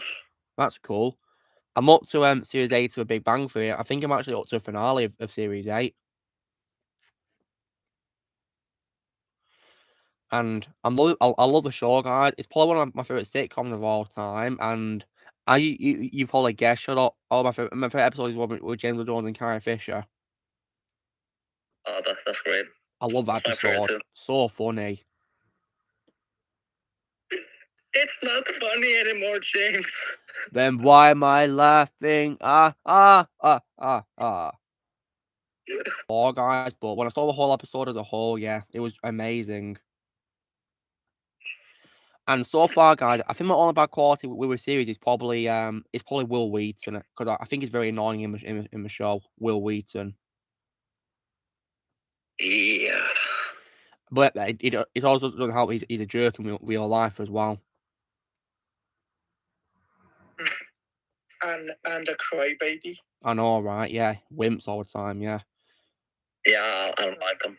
Yeah, because Shadow, he's part of the he's part of the woke people, isn't he? He's woke, isn't he? And I'm one of those people, guys, that hates woke. So makes me glad that yeah, so as a jerk in Ben 10. Yeah, so my advice to people who are woke is wake up and grow up. So yeah. And also as well, and sadly as well, guys, you know in Series 8, you even get a voice camera by Kevin Smith as well. So yeah, and that doesn't help out because I hate Kevin Smith too. Kevin Smith. God. Yeah. And I'm so glad that I did not watch his Master of the Universe show as well. And you don't need to, because I've already watched it for you. Well, Shadow, didn't you say you only watched the premiere and you stopped because it was bad? Yep. I think he only made that show just so he could work with, like, you know, DC actors, didn't he? Really, and you know, comic book actors, and just so he could mess up the franchise, really. Yeah, and I'm not really much of a He-Man fan myself, but I'll only watch the classic show with, you know, Alan Oppenheimer as Skeletor, the classic one. Yeah, I gotta see that one. Yeah, I'll see that, guys. Sure, I wouldn't say no to it, but I'm not watching this new show. And apparently, as well, guys, you know what's also stupid is, right? You know, even though Kevin made that show, he hates the original show. You know that, like, yeah. Like, why would you headline a show for a franchise you hate? That doesn't make any sense. Why would you waste your time doing that? You don't make any sense. Like, it's just stupid. Yeah. And when it comes to, you know, Mark Hamill as Skeletor, Shadow, is it just his Joker voice? He pretty much does. Well, that's not good. Because Skeletor, as far as I know, does not sound like a Joker. Nope. But one thing I gotta say though is the animation was still good. Yeah, I imagine so, yeah. And apparently, Shadow, does it also ruin He-Man as well? Yeah, they made him into a wimp. By the power of Grayskull. Ridiculous. And also, what's also stupid is, guys, is that in the show, apparently Alan Oppenheimer was in the show as a character, right? But why can't we get back a Skeletor as well? Yeah, they could have gone back a Skeletor, but nope, they got Mark Hamill instead, and apparently it's just his Joker voice. There's also the 2002 He-Man series. 2002. Well, so we can watch. I mean, have you seen it? Looking at.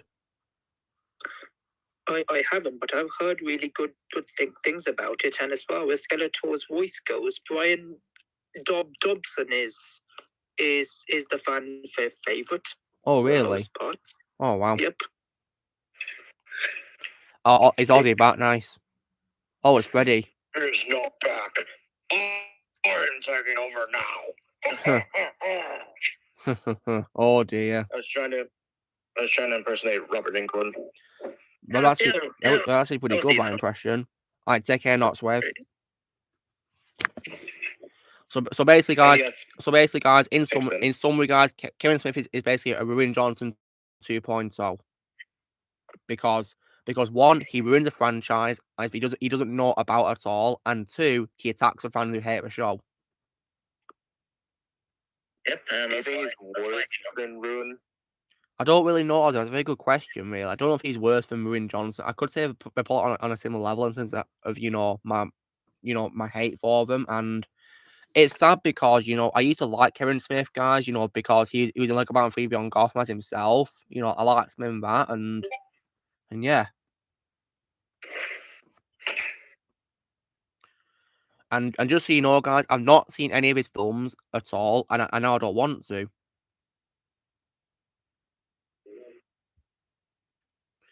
Yeah, exactly, Darth Prime. Yeah, that's a very good idea, right? Yeah, because I mean, guys, right? When I make my Transformers shows, you know, I'm a Transformers fan making a show for the fans. Yeah, that's what I do. Yeah. I make those shows for you.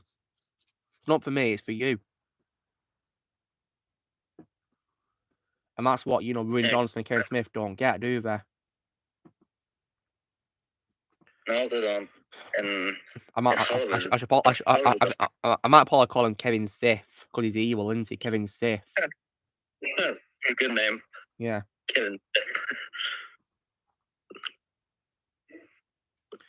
And apparently, guys, I'm actually have a good reason, to not watch this film, because apparently I heard Clerks 3 was bad. And you know what's also shocking, Shadow, is they actually mentioned Clerks in the Big Bang Theory episode, don't they? You know what, Shadow? Yeah, because in Kevin Smith's cameo appearance in Big Bang Theory, he actually mentions Clerks 3 happening, and yeah, this was years ago, of course. So yeah, it's unfortunately aged poorly, though, didn't it? Hold on, let me answer this question from Bat Dalek. No, I haven't seen TMNT 2007, but I want to. Yeah, I haven't seen it either. Me neither. I mean, I'm not even into Ninja Turtles to begin with, so yeah. But if I want to watch a TMNT movie, I think I want to start with the first movie. What, from the 90s? Yes.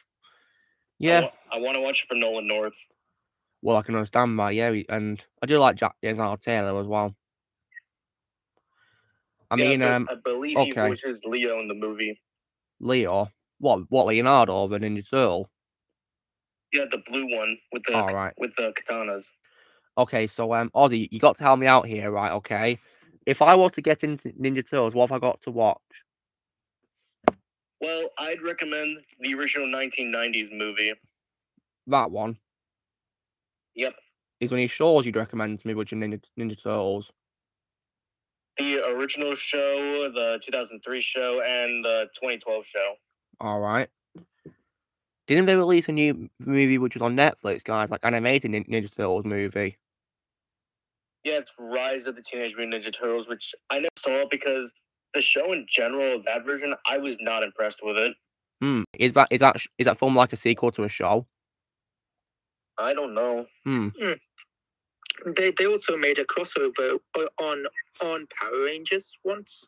Ninja Turtles. I'm not really a fan of Power Rangers, to be honest. I'm not into it. Yeah, I remember seeing clips of that, but I think my favorite crossover is probably the one with Batman. Yeah, didn't they do a movie with Batman? Yeah, it's called Batman vs. TMNT. Yeah, with Troy Baker's Batman, yeah. And apparently we have a pizza time meme in it. Yeah, plus Nickelodeon was involved with the movie too. That's nice. Because apparently I believe that they got that reference in because, the makers of the film love Spider-Man too. And I'm happy about it because, that's my favourite film. And yeah. Yeah. And plus, guys, as well, when I play Spider on PS4, right, when I'm going to end my gameplay for the day, I always do a final swing and I play the end music from Spider-Man 2 as I'm swinging. Nice. And in case you guys are wondering, I always play as Toby in the game. I always play as Toby. Yeah, that's not my default suit. Yeah, same. And, however, guys, when I do, the stealth missions in the dark, I play as Noir. And I really love Noir's costume, guys. And when it comes to also costumes, I've unlocked the big time suit. The black and green one. I love that suit. That's a really awesome suit. That. It's probably my second favorite, suit, which is black after Spider-Man 3's black suit. There's one suit in the game that is weird and funny to me. What is it?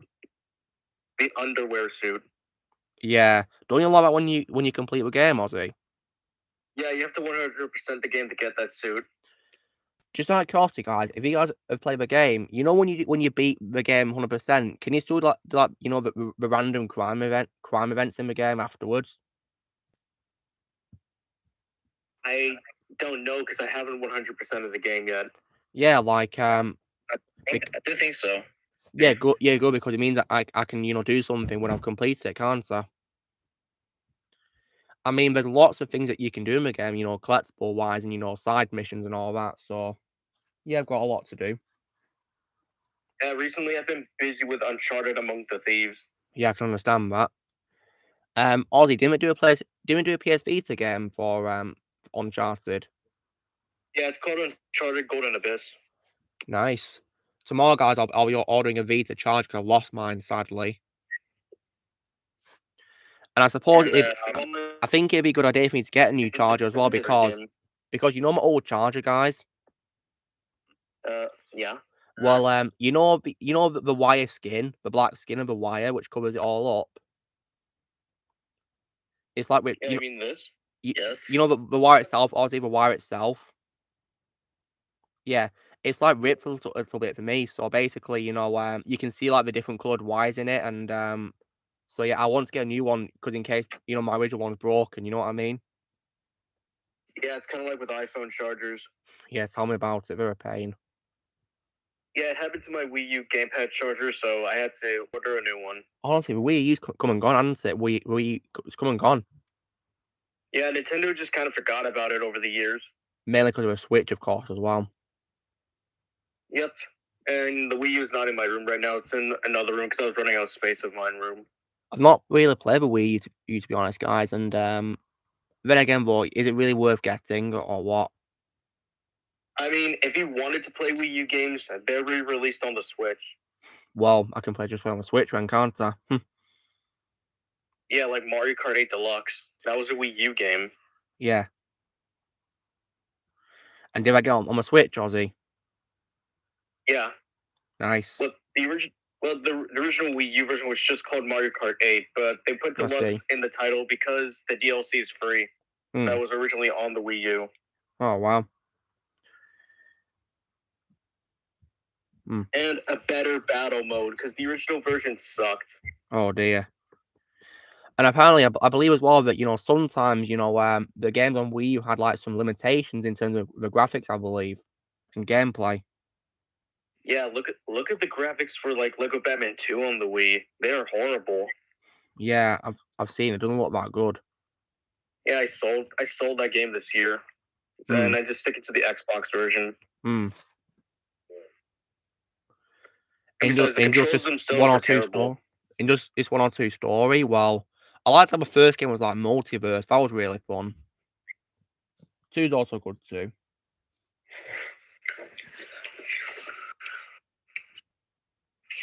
I mean, I do like the Injustice game on like an equal level, guys. It's hard to say which one I prefer, really. Because I think they're both, really fun games, really. Also, Luke. Yeah. You know how you said you wanted to get a new PS Vita charger? Yes. Check the bottom of your Vita before you order it, because there's 2 versions of the charger. Yeah. I know it's the wider one. It's a wider one. Yeah, good, because the slim model uses USB-C, which is basically the Switch's charger. Oh, so if you order that, I can get a spare Switch charger, can't I? Yeah, basically, but I only use the Nintendo branded Switch chargers. Yeah, I'll get the right one for me. Yeah. I'm only getting the charger, guys, so I can play Mortal Kombat. I can play Mortal Kombat 9 on my Vita. Yeah, now that you told me that Kratos and Freddy Krueger are in the game, I want to get that game. Yeah, but just get it on PlayStation because Kratos is only on the PlayStation versions. Yep. I can just install it digitally on my Vita. Yeah, go for it, yeah. And just out of curiosity, Ozzy, have you played all the God of War games? Not all of them. Which ones have you had a chance to play? I played the original first game along with its sequel, and I have the 2018 game. So the one he's getting this is free, isn't it? What? Do you need to get God of War free? No, I plan to get that game.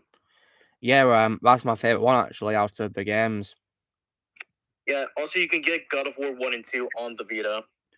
Oh really? Well, nice one. I'll see if I can get that. Nice one. Huh. Yeah. Wait. Open this up. Yeah. Blaze, didn't they do like a PlayStation Vita exclusive for God of War at one point? Right here, it's the God of War collection. Oh, nice one. Yeah, I'll see if I can get it. Nice one.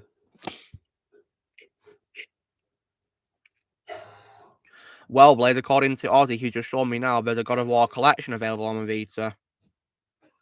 Blaze, I made this clear so many times. I don't have a PS3 anymore. I sold it, and I have no space to get another one.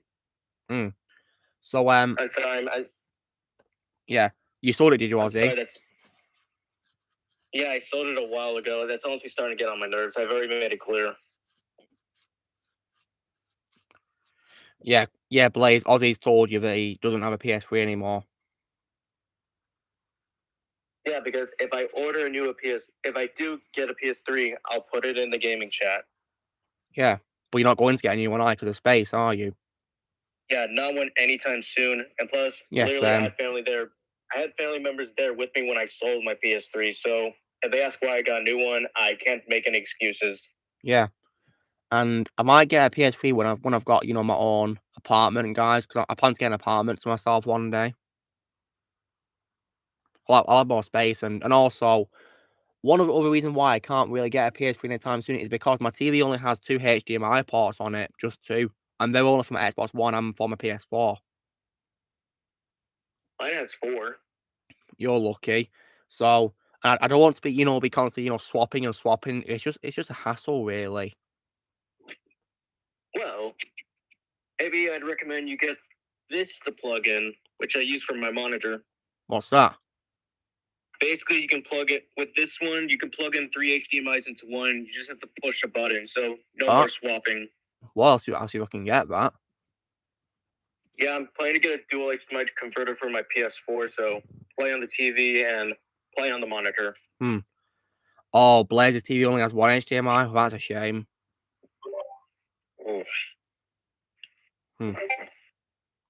Yeah, I like Liu Kang and Shang Tsung's rivalry. It's pretty good.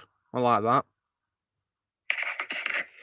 But, nothing in my opinion will top Scorpion and Sub-Zero's rivalry. I should mention, since we're in the topic of Mortal Kombat, I should mention my favorite DLC character in the game for MK11 Ultimate. Who is it? The Terminator. Well, I can see why. It's my favorite action star character of all time. Yeah, second favorite, either Rambo or Joker. Yeah, I love Rambo. I also love RoboCop as well. Yeah, I'm gonna try out the character soon. Well, are you going to watch the film first, Ozzy, so you know who RoboCop is? Yep, I'm still planning to watch the movies. I mean the movie, not the sequels. Yeah, please don't watch the sequels for your own sake. 2, in my opinion, is not really needed, but okay. But 3, in my opinion, is garbage. Yeah, and then the remake, you guys said they just toned down the violence, was it? Yeah, they do. They tone it down. So what are you saying, Shadow? What are we talking about? RoboCop. Oh yeah, I forgot RoboCop 3 exists. Looking back, yeah, it is very forgettable. Matrix Resurrections is my third least favorite movie of the year. Yeah, I can see why. I believe for remake. Honestly, it kind of beats the purpose if you tone down the violence in the remake. Yeah, exactly. But yeah, and I also assume, Ozzy, you'll be watching my review for RoboCop, won't you, as well? Yeah. Yeah, because in that movie review, I do talk lots of positive about it because I love that movie, one of my favorite films of all time. And will you also watch my reviews for other films too, Ozzy? Yep, including your trash talk. Yeah, and you'll see why. I recommend just not watch the sequels.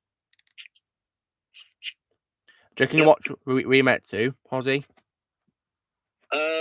Probably not, since you guys did confirm that the violence was toned down. It is, yeah, sadly. But he does have good actors in it, like Michael Keaton and Gary Oldman and Samuel L. Jackson. Maybe for those 3, maybe. I mean, you may like, Samuel because he plays like a TV show host, Ozzy. Oh, nice. Yeah. He's pretty funny. Doesn't really appear much in the film, more sadly. But Gary Oldman's great in it, but Gary Oldman. Nice. Yeah. So when you can watch the original movie, you won't regret it. It's one of my favorite films of all time.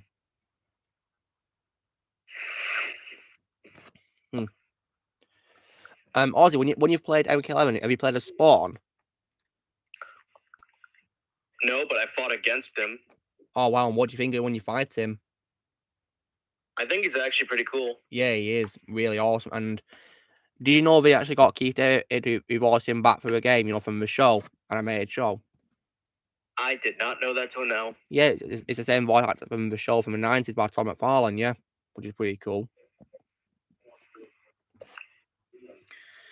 And so when it comes to Mortal Kombat, guys, my favorite game overall is X. Yeah, I love MKX. Really great. My favorite MK game, yeah. And so, well, yeah. After I've played on Spider-Man, guys, I'll make sure I do 100% the game, and I'll also as well I'll also do the City Never Sleeps DLC, and I'll also as well then play Miles Morales. Then I'm still not finished with Miles Morales. Apparently, Don G. Corleone said apparently it's short, Ozzy. Weird. I mean, how many missions does it have, Ozzy? I don't know because I actually don't know how far. I don't know how far I'm in. I think I'm still early in the game. Does it have lots of side missions to do as well? Maybe. Yeah. And you know the DLC for the game, you know, City Never Sleeps. Does it include new skins to wear, new suits? Yeah, I think the Toby suit was one of them. Well, that was there for me when I first played the game. I think it was just there from the very beginning, really. Whereas doesn't it include a Spider-Verse suit for Peter Parker? Yeah, I think you have to play through the DLC to unlock it. Oh wow. Yeah, and don't they have like a cartoon animation for him when you play as him in Free Roam or Swinging? Yeah, I believe so. I remember watching some gameplay footage of it. Yeah, because I saw like clips of the Spider-Verse Miles skin in the game, and you can actually see the frame of it, like it's from a movie.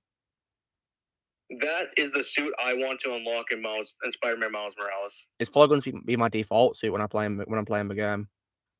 I know for a fact that it will be for mine. Yeah, no doubt. I love that costume. And it doesn't matter have his own Iron Spider suit as well. His own Iron Spider suit. I don't know. Let me check. I know that in the base game you can play as both the comic book version and the Infinity War version of Iron Spider. Yes, the Spider-Man Miles Morales does have an Iron Spider suit. Sort of. When it comes to the Iron Spider suit in PS4, guys, I'm going to mainly play as the comic, red and gold version. I love that one the most. But it looks something like this. Let's have a look.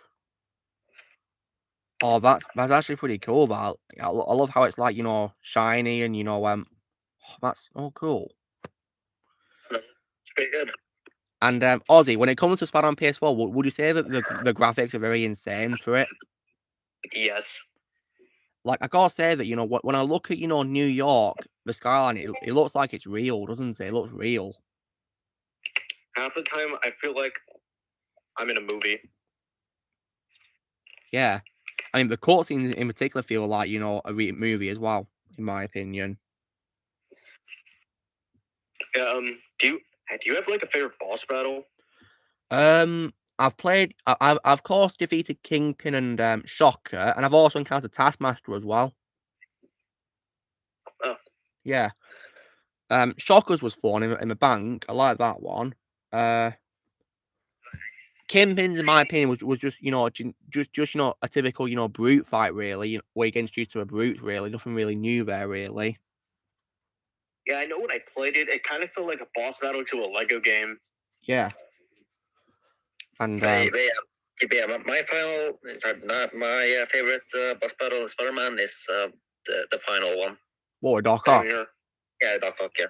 Yeah, I'm looking forward to playing that one because it's on the skyscraper, isn't it? Yes, that is like my favorite voice actor of Doc Ock. William Sailors. Yep. Nice. That's my favorite version of Doc Ock after Alfred Molina. Yeah, he's my second favorite as well. Yeah, no one in my opinion will top Alfred. No one. Absolutely nobody. Yeah, and also as well, I'm also looking forward to fighting Mr. Negative as well because I'm really loving him in the game. Steven Oyong as Mr. Negative. He was fun. It's very fun to. Yeah, and in my opinion, he'd be a perfect choice for live action Mr. Negative as well. Honestly, with Mr. Negative, I was very shocked to find out who he really was, like behind the mask. Yeah, Martin Lee. Yeah. I was like, literally, when that cutscene happened, when it revealed it, I was screaming, "No!" Yeah. Because I couldn't believe that it was him. Yeah, it's shocking, isn't it, really? But I knew it was him because I'm aware that Martin Lee is his real name from the comics, so I saw it coming. And also, I didn't even. And Ozzy as well, but it's also maybe like a hot take. But Alexander also said to me that he thinks the game's better than the MCU, don't you, Alexander? Yes. As a whole, yeah. Yeah, it is. It's way better. I have to agree. Yeah. It is way better than the MCU.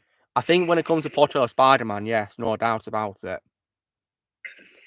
Well, at least the game doesn't do anything to promote it, which is another plus. Yeah. I love how New York actually has, many connections to the Marvel universe, but we don't show it down your throat because you can visit the Avengers Tower, you can visit the Sanctum Sanctorum, you can visit the Wakandan Embassy. What else is in the game which is not, Spider-Man related, but part of the Marvel universe in New York? Let me search up. Yeah. I think you can visit the Roxxon building, isn't it? Roxxon.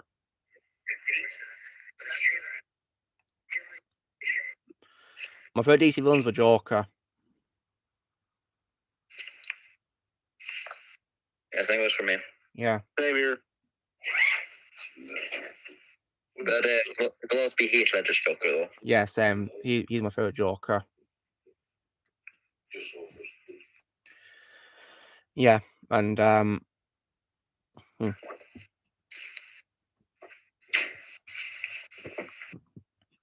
So, and also, guys, do you want to know what's also really insane about the open world of New York in the game, about how detailed it is?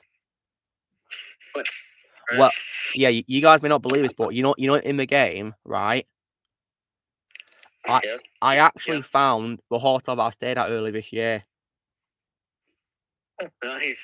Yeah, I literally recognize the design of it. It's like near Times Square, and also, guys, it's actually next to the Oscorp Tower. Oh wow! Wow. Yeah, same design and everything. The sign's not there though due to licensing, but it is the same building based on the design of it. All right. Another reference I found in the game is called damage control, which is Oh yeah, damage Stark's control. department. Yeah, I've heard of that. Yeah. And Empire State University, which Yeah. is where I believe Doom went to, along with Reed Richards. Yeah, it's like a fictional university, isn't it? So I wonder. I do love as well how even the Incredible Hulk game 2008 also has similar locations from Marvel Universe as well in it. I'm gonna be honest. I thought Empire State University was real. Yeah, it's fictional, Ozzy. Like as soon as I found out that it was fictional, I'm just like, you lied to me, like a Marvel superheroes. Yeah. Like for example, have you played the Incredible Hulk game? I think from 2008, based on the movie. No. Oh, it's really fun. It's really fun in my opinion. I'll see. I can pick up for Xbox, I guess. Yeah, so I think it's on like 360. I think, yeah, but Xbox 360, yeah, and you even had Ed Norton reprise his role from the movie as well, and Liv Tyler as well. Nice. Yeah, and you can visit various locations. Like for example, you even have Stark Tower in the game. Cool. And it's got a different design more to the phones because it was designed before it first appeared, and Sanctum Sanctum also appears too before it first appeared, and also as well you can also even the Baxter building's there as well. The Baxter building that's there. Honestly, I think that game was foreshadowing. Yeah, obviously it was foreshadowing, of course. As well the upcoming Fantastic Four reboot in the MCU, wasn't it? Now I think about it, and yeah, there's no way I'm going to watch it. I mean, imagine if it's worse than Fantastic. I would not be surprised. Yeah, I remember last time we had a Fantastic Four reboot. Yeah, the worst comic book movie in my opinion. Yep. And apparently there's a lot of things that I heard that happen behind set, like the director Josh Trank getting into fights. Yeah. Apparently there's a version of that film we're never going to get because of, like, errors in, production and all that, like interference and all that. Yeah, he doesn't even like to acknowledge any of his mistakes, because after that, in another movie that he directed that failed, he just disappeared. What other film was this, Ozzy? Hold on, let me find it. Yeah, I actually remember reading about some of that in the IMDb trivia section of the film. It's called Capon. Capon. Never or Capon. Never seen or heard of that. Wait, Capone? Yeah, Capone. Is Tom Hardy in it? Yes, he is. I saw that. Yeah, that was actually pretty good in my opinion. Better than Fantastic, no doubt. Apparently, I think this movie tanked, and then after that, he just disappeared. Oh dear. I like Jack Nicholson better than Cesar Romero in my opinion as the Joker. Jack's my third favourite behind Heath and Joaquin. Well, Caesar was from the 60s. Yep, from the Adam West show on the movie, yeah. I really want to check that class, that Adam West show. Yeah, I've seen bits when I was a kid. It's pretty good, and I have the the movie on DVD somewhere as well.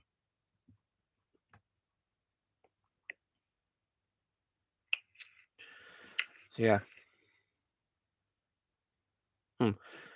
When it comes to Doc Ock's voice actor guys, William Saylor, have you guys heard of anything besides Spider-Man? I don't think so. He's in regular show as the main character, Rigby. Never seen regular show. Never mind, I've heard him in that. Well, I've seen the show, but only the Norwegian dub of it, so I guess that doesn't count. And let me guess, is the Norwegian dub bad for you? I actually liked it when I was younger. Oh wow! Do you reckon that might change when if you rewatch it now when you're older? Probably. But I'm most likely just watch it in English. Yeah. I should also mention that regular show has a movie too, but apparently from what I remember, that movie was really dark. Dark? Oh dear. Then again, the show's not really regular. They call it regular show because there's a catch to it. Oh wow! And is that show for kids or is it not for kids, Ozzy? In my opinion, it's not for kids, but it's marketed towards them. Is it because the show's dark? Yep, and it also has some inappropriate jokes. Oh dear. Yeah, it's definitely not for kids, Ben. But it's marketed towards them, but in my mind, it's not a kid's show. Yeah. Yeah, it's more of an adult show, really. Let me see if it's on any streaming services for me. But it's not. It's HBO Max for me. It's not any for me, sadly. The show was one of the shows I grew up with. Still, it is better than other stuff like Teen Titans Go that airs on Cartoon Network. I've only heard about the show because Mark Hamill's in it, apparently. Yeah, he voices a character named Skips.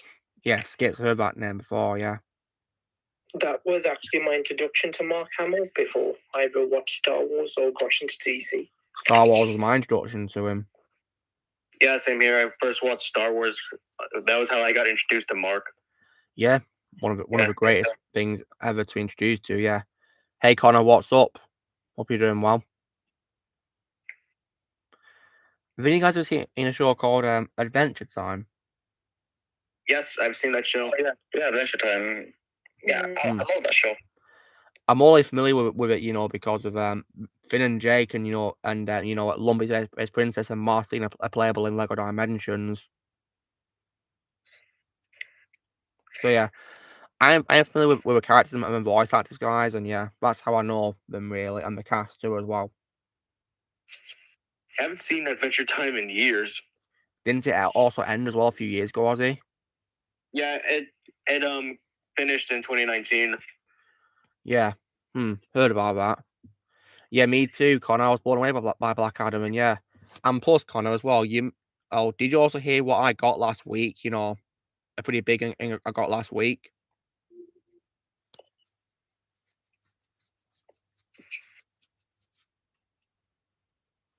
Wait, I should have done my research. No, it ended in 2018. 2018, okay. So that was like 4 years ago, weren't it? Yep. Yeah. Okay, Connor, I'll give you a clue to what I got, and the only way I can show you is by showing you, you know, a certain thing that I got, but you got to take a close look and see, you know, what it infers to, you know. So yeah, what do you reckon this infers to, Connor? It cost me pretty big last week, yeah. And this is compatible with it. Compatible with it. Yeah. Yeah, Connor, but did you see what console it was on?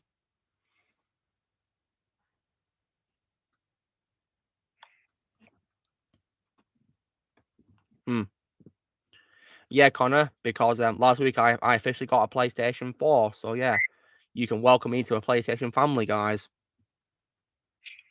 Okay. Yeah, we did receive that last week. Yeah, you guys did. Yeah, everyone else who's here can. Yeah.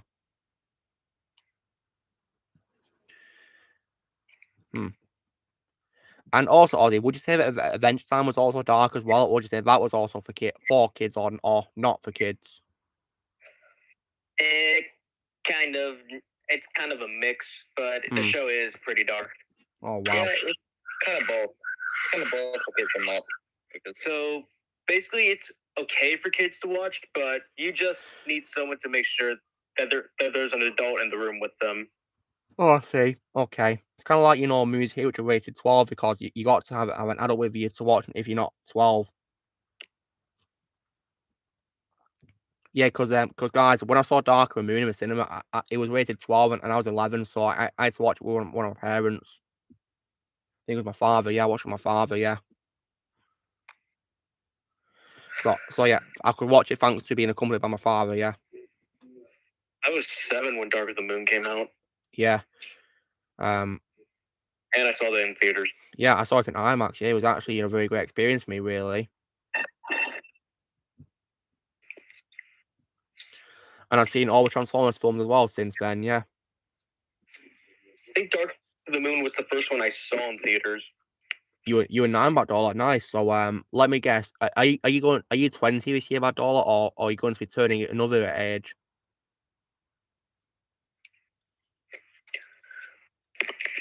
Like, I don't know if you turned 10 in you know 2011 or 2012. I have no idea.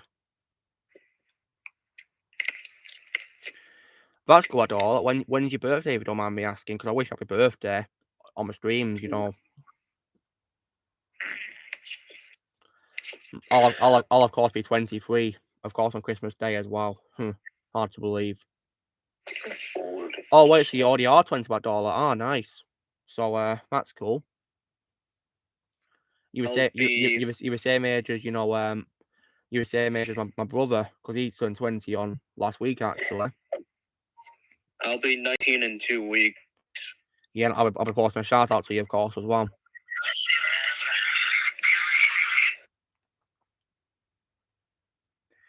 Yeah. So Ozzy, would you say that my shout outs is probably your most video that I'm doing at the moment? Yep. One of them anyway. I mean, when it comes to videos I've done or that you've watched all the time, Ozzy, which one do you say is your most anticipated ever that you've been so excited to watch? Your rant on that lemon slobbing. That's nice. And Alexander, would you say that, you know, you were more excited for me to react to one of your videos?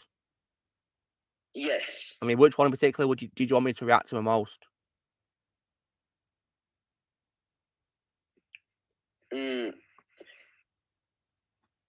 Well, one of the main ones is when you only started reacting to my videos. So when I guess the biggest feeling I had of like, oh, I really, really want someone to react is when you reacted to my first video before I got the notification. You know, I was hoping you would react. Yeah. Yeah, I did. Yeah. That's cool, Connor. Because tomorrow I'm covering why, in my opinion, Rio did not need a sequel. You know, Rio by Blue Sky. Yeah, that's gonna be tomorrow's video, guys. Yeah, for some reason, I always laugh my head off at Ken Jeong's character's death in Darker Moon. It's just so funny for some reason. I don't know why.